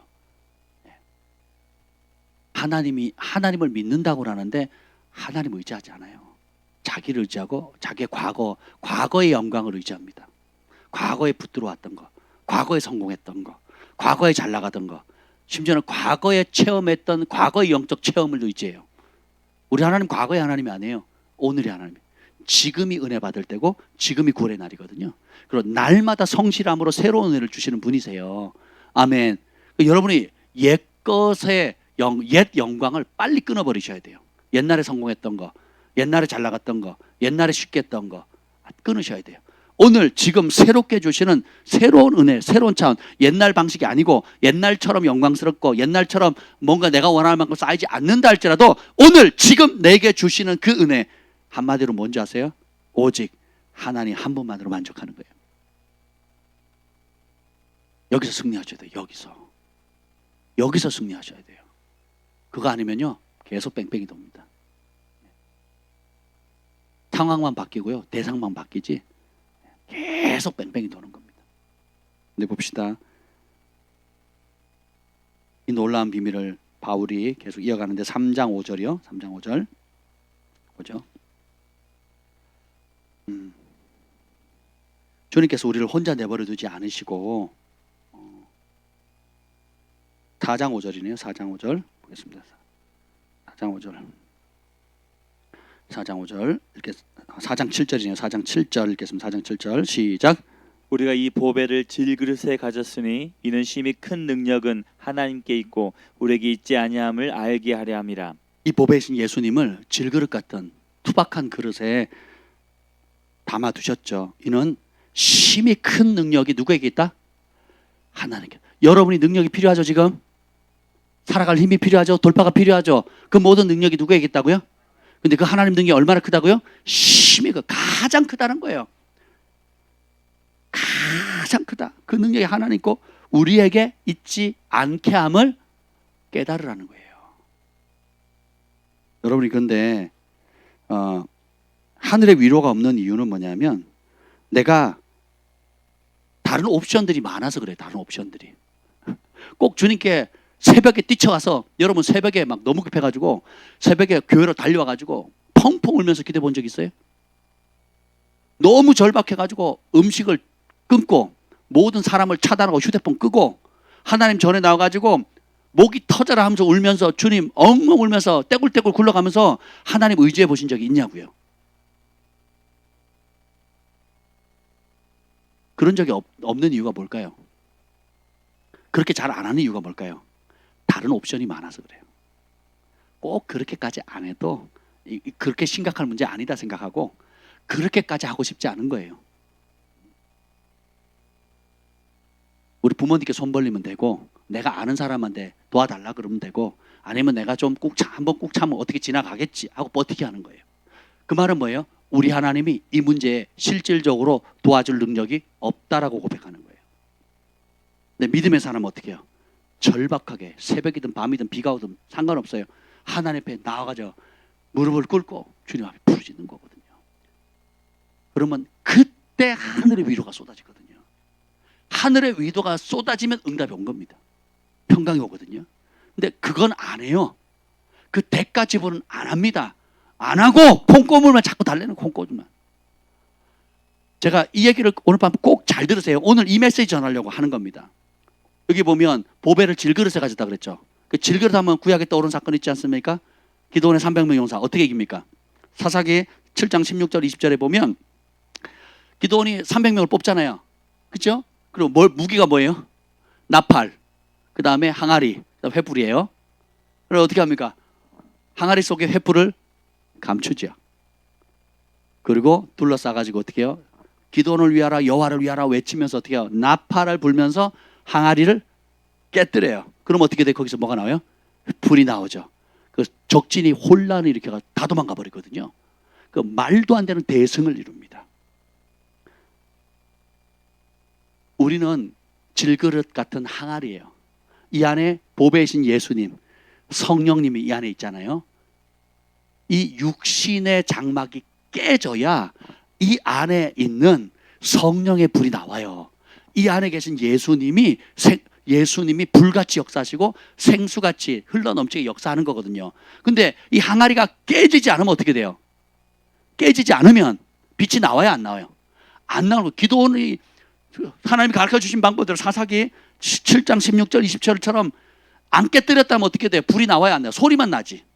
그죠? 불은 안 나오면 안 되잖아요. 전부 다 항아리가 쇠항아리였어요. 타기 때문에 팅팅팅 그러고 안 깨지면 어떻게 돼요? 빛은 발산을 안 하게 되는 거죠. 저는 이 본문을 읽는데 그 말씀이 떠오르더라고요. 이 보배를 질그릇에 가졌는데 예수님이 드러나야 되는데 우리가 안 깨져요. 왜 안 깨지느냐? 이런 죽을 것 같은 절박한 상황 속에서 몰아가는데도 하나님이 외통수로 몰아가는데도 못 깨달아요. 예전에 찾는 방식, 예전에 의지하던 거, 예전에 행했던 혈기, 분노, 원망, 탓, 자기 연민 이런 것들을 꽉 잡혀가지고 하나님께만 나가는 걸 안 해요. 다른 방법은 노력을 다해요. 그거면 열심히 안 돼요. 새벽부터 열심히 하면 잘하는 줄 알아요. 저녁 늦게까지 뭘 하면 잘하는 줄 압니다. 그리고 이 사람 저 사람 발품하면서 막 열심히 찾으면 잘하는 줄 알아요. 근데 모든 힘과 능력과 만복의 근원 대신 하나님께 나오는 걸 엄청 인색합니다. 안 나갑니다. 그 앞에서는 사람 앞에는 막 울어요. 억울하다고. 사람 앞에서는 막 내 소리 들으면 한탄하면서 웁니다. 하나님 앞에는 안 해요. 사람 앞에는 손 벌립니다. 좀 어머니 아버지 도와달라고. 친구야 누구야 좀 도와달라고 막 손 벌리는데 하나님 앞에는 안 해요. 해도 하는 척하고 하는 신용만 하다 갑니다. 정말 절박하게 간절하게 안 나가 정말 말이 안 나올 정도로 술 취한 여자라고 오해받을 정도로 하나님 앞에 절규하면서 나갔던 그 은혜, 그게 믿음이에요. 그게 믿음을 발휘하는 거예요. 오직 그렇게 하나님께서 우리를 외통수로 몰아가는 이유가 뭐예요? 자기 의지하지 않고 오직 하나님만 의지하도록 우리의 육신의 항아리, 인간적인 생각의 항아리가 깨져야 돼요. 그래야 그 항아리가 뭡니까? 한번 생각해 보세요, 여러분. 어제까지 의지하던 거예요. 어제까지 의지하던 거. 지금까지 내가 의지하는 거. 이제 이게 안 깨지면 내 안에 하나님이 못 나타나는 거예요. 우리가 사람마다 습관이 다 틀립니다. 꼭 잡다가 성질을 팍 터뜨리는 사람이 있고 날마다 성질 내는 사람이 있고요. 네. 아니면 점잖은 척 하는데 아무것도 안 해요. 그러니까 너한테 피해 안 줄 거니까 나한테 건드리지 마. 그러니까 점잖이 있는 겁니다. 그러면서 모든 공통점이 뭐예요? 누구 앞에만 안 나가요? 하나님 앞에. 예배는 드립니다. 그리고 타이틀도 있고 각기 뭐 있어요. 근데 진짜 마음을 물 쏟듯이 쏟는 사람은 주님 찾고 계시는데 그걸 못하는 거예요. 그럼 진짜 위로를 받으려면 어떻게 되겠어요? 이 절박한 상황 속에 하나님의 종들과 믿음의 사람들, 하나님의 진정한 위로를 받는 사람은 어떻게 해요? 그 처참한 속에서 어린아이처럼 세리처럼 주님 앞에 엎드려서 하나님, 심플해요. 여러분 절박하면 복잡한 기도 안 합니다.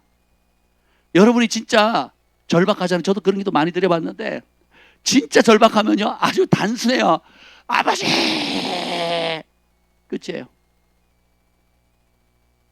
끝입니다. 그냥 뭐 다른 말이 필요 없어요. 그냥 아버지 그러면 끝나는 거예요. 그냥 주님이 그걸 요구하세요. 그걸 요구하십니다. 그것만 안 하고 계세요. 지금 내가 발바닥에 땀나도록 뛰어다니는 게 자랑인 줄 알고 이 사람 저 사람 찾고 이 지혜 저 애를 구하고 이 사람 저 사람 조문을 구하고 부모 형제 주변에 아는 사람들에게 내 잔머리를 써서 도움을 받고 지혜를 짜내서 그런 거는 자랑스럽게 생각합니다. 난 아직도 성실히 살고 있다고. 나는 최선을 다하고 있다고. 그런 자기를 의지하는 거예요.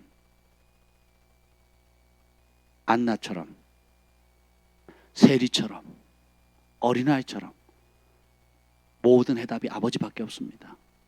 난 아버지로부터 받겠습니다. 아버지께 다 있습니다. 지극히 큰 능력이 하나님께 있습니다. 이 보배 속에 질그를 두신 이유가 능력이 나에게 있는 게 아니라 예수님께 있습니다. 오늘 이 밤에 우리가 그렇게 좀 부르셨으면 좋겠어요. 그렇지 않습니까, 여러분? 다른 옵션이 많으면요 주님을 의지하지 않아요. 근데 쥐뿔도 없으면서도 의지도 안 하는 상태도 많잖아요. 사람이 완고하면 너희가 오늘날 성령의 음성을 듣거든 마음을 완고하게 하지 마라 그랬거든요. 그러니까 우리가 자존감이 낮을수록 더 하나님 의지하는 고집해요. 그러지 마세요, 여러분. 부유하든 가난하든 있든 없든 배웠든 못 배웠든 상황이 어쨌든 상관없이 우리는 항상 하나님께 능력이 있어요. 하나님이 해답입니다. 아버지 앞에 그냥 나가는 거예요. 어린아이처럼. 그 앞에 물 쏟듯이 쏟는 거예요. 우리가 이전까지 하던 적절한 수준에서 하다가 그냥 목사님 3시간 채웠어요. 갈게요. 이러지 마시고 10분을 하더라도 30분을 하더라도 정말 내 하나님 주님 외에는 답이 없어요. 그러니까 바둑에서 외통수가 있고 장기에서 외통수가 있잖아요. 물릴 수도 없는 상황. 이제 진퇴양난인 거죠. 그러니까 아버지 외에는 아버지가 그것을 해결해 주지 않으면 내가 할 수 없습니다 하는 그 자리로 나아가는 거예요. 이게 은혜입니다. 이게. 여러분이 처음 주님을 만나서 은혜를 입을 때로 생각해 보세요. 마음이 높을 때였어요? 가난할 때였습니까? 여러분의 마음이 자가 깨졌을 때요? 아니면 단단했을 때입니까? 어느 때였습니까? 네. 오늘 이 밤에 주님 앞에 가슴을 찢으며 좀 나아갑시다. 네. 5장 7절 읽겠습니다. 5장 7절 시작. 이는 우리가 믿음으로 행하고 보는 것으로 행하지 아니함이로라.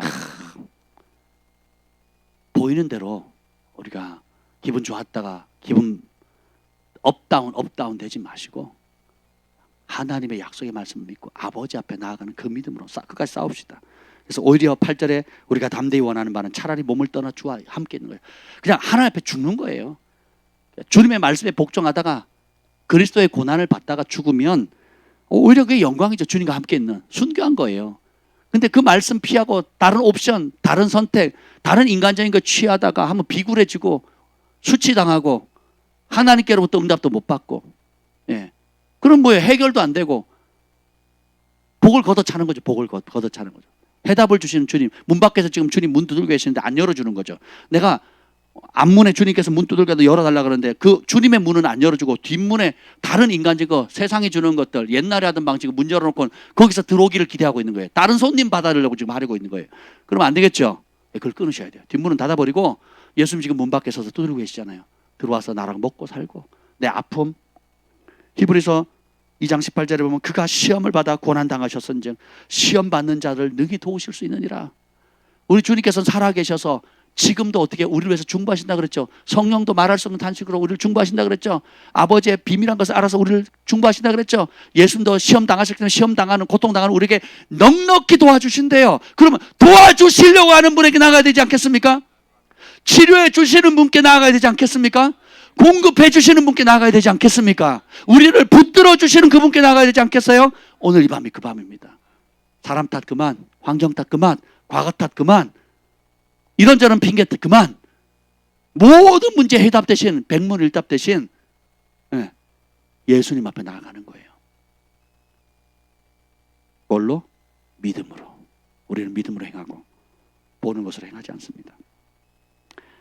5장 15절 읽고 마치겠습니다. 15절 시작.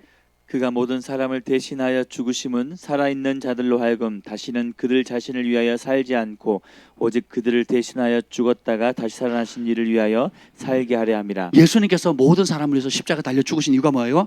살아있는 우리, 여러분 살아있는 분만 하면, 살아있는 분들이 다시는 자신을 위해 살지 않고 오직 그들을 대신하여 죽었다가 다시 살아나신 이를 위하여 살게 하려 하심이라. 이게 우리를 구원주신 목적이에요. 다시는 자기 위해 살지 말라 그러는데 지금까지 자기 감정, 자기 계획, 자기 욕심, 자기 뜻, 자기 돈벌이, 자기 명예, 과거에 주님을 잘 모를 때, 영적으로 어렸을 때 받았던 온갖 세상의 것들과 짬뽕으로 섞여 있는 온갖 세상이 주는 명예에 잡혀가지고 여전히 자기를 위해서 살기는 거예요. 자기 생각하는 거예요. 자기 감정에 충실하고 자기 욕심에 충실한 거예요. 주님 뭐라 그럽니까?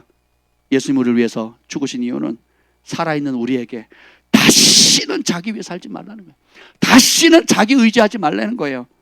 오직 우리를 위해서 죽으신, 대신하여 죽었다가 살아나신 예수님 위해 살게 하는 거예요. 예수님을 위해 고난받고 예수님 뜻을 이루고 여러분이 부르심의 자리 가운데 얼마나 지금 씨름하고 있습니까? 오늘 이 밤에 참 여러분을 정말 격려하고 싶어요. 그 자리에 버티기만 해도 하늘의 위로가 오는 겁니다. 이 싸움에 여러분들이 뿌리를 내리고 그냥 폭풍이 치고 막 난리가, 바람이 부는데도 그냥 있으라는 그 자리에 잘 박힌 모처럼 버티고 있는 것 자체 하나님 기뻐하신다니까요. 하늘의 위로가 있는 겁니다. 그걸 잡으셔야 돼요. 여러분이 그걸 잡기로 결정하고 있고 그 싸움을 치르고 결단하고 있고 나아가고 있는 그 자체로 하늘의 위로가 폭포수처럼 쏟아지는 거예요. 그 안에 있는, 주 안에 있는 사람은 하늘에 사람이 줄 수 없는 위로가 옵니다. 우리가 예수님의 핏값을 헛되이 받지 말아야 되지 않겠습니까? 우리를 살리기 위해서 그러셨다면 우리가 주님의 그 소원대로 내가 이 보배를 질그릇에 가져왔느니 이는 심히 큰 능력이 하나님께 있다. 나에게 있지 않다. 오늘 이 밤에 심히 크신 능력을 가지고 계신 우리 하나님 앞에 나아갑시다. 그리고 우리가 다른 옵션을 제거하는 거예요. 영적인 외통수하는 거예요. 주님 앞에 쇼부 보는 거예요. 주님 앞에. 네. 주님 떠나서 열심히 발바닥에 땀나도록 뛰어보세요. 헛짓하는 거, 헛짓. 남는 거 없습니다. 남는 거. 오히려 원망만 커져가지. 내가 이렇게 열심히 하는데 왜 아무것도 안 돼요? 원망만 커져가는 거죠. 남편 탓, 주변 탓, 아내 탓, 부모 탓 해봤자 끝도 없는 거예요. 끝도 없는 거예요. 블랙홀이 블랙홀. 감정 탓 끝도 없어요. 감정은 여러분 죽는 날까지 들쭉날쭉할 겁니다. 안 돼요. 우리는 어떤 고난과 상황이 와도 진리를 따라 사는 겁니다. 진리에 순종하는 거예요. 내 감정도 진리 앞에 복종해야 되는 거고. 네. 그때 믿음을 발휘하는 거예요. 오늘 이 밤에 우리가 주님 앞에 나아갑시다. 주님이 응답하십니다. 주님이 오늘 히브리서 2장 18절에 그가 시험을 받아 고난을 당하셨대요. 우리처럼 똑같이 시험 받으시고 고난 당하셨대요. 왜요? 시험 받는 자를 능히 도우시려고. 오늘 이 밤에 주님 우리를 도우시려고 기다리고 계십니다. 아니 여러분 안에 계세요. 도우십니다. 들으십니다. 여러분 부르짖음, 탄식, 아픔, 외로움, 힘겨움, 분노 그리고 스스로도 해결하지 못하는 많은 문제들 주님 알까요 모를까요? 알고 계십니다. 그 주님 앞에만 나아가는 거예요.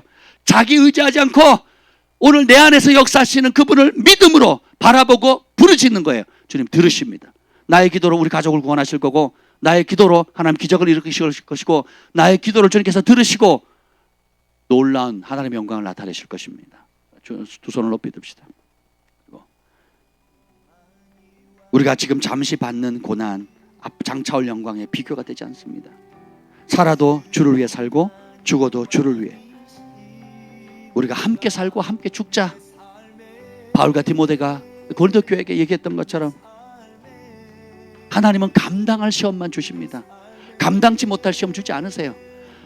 사도들일지라도 사형 선고를 받을 정도로 그 비참한 선고 외통수로 몰아갔던 이유는 딴 거 의지하지 마라. 나만 의지하라. 딴 거 바라보지 마라. 나만 바라봐라. 고린도 교회가 아무리 부자라도 너 안 도와준다. 너를 도와주는 거는 너를 공급하는 거는 하나님이시다. 오히려 네가 전혀 도움받지 못할 가난한 마게도니아 성도들 통해서 너를 먹이고 입히고 그에게 재정을 맡길 거다. 이게 하나님의 방법이에요. 네가 나만 의지하면 내가 공급자다.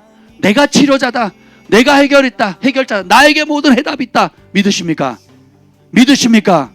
우리가 그 하나님 앞에 두 손을 높이 들고 주의 이름을 세 번 지르고 기도합니다.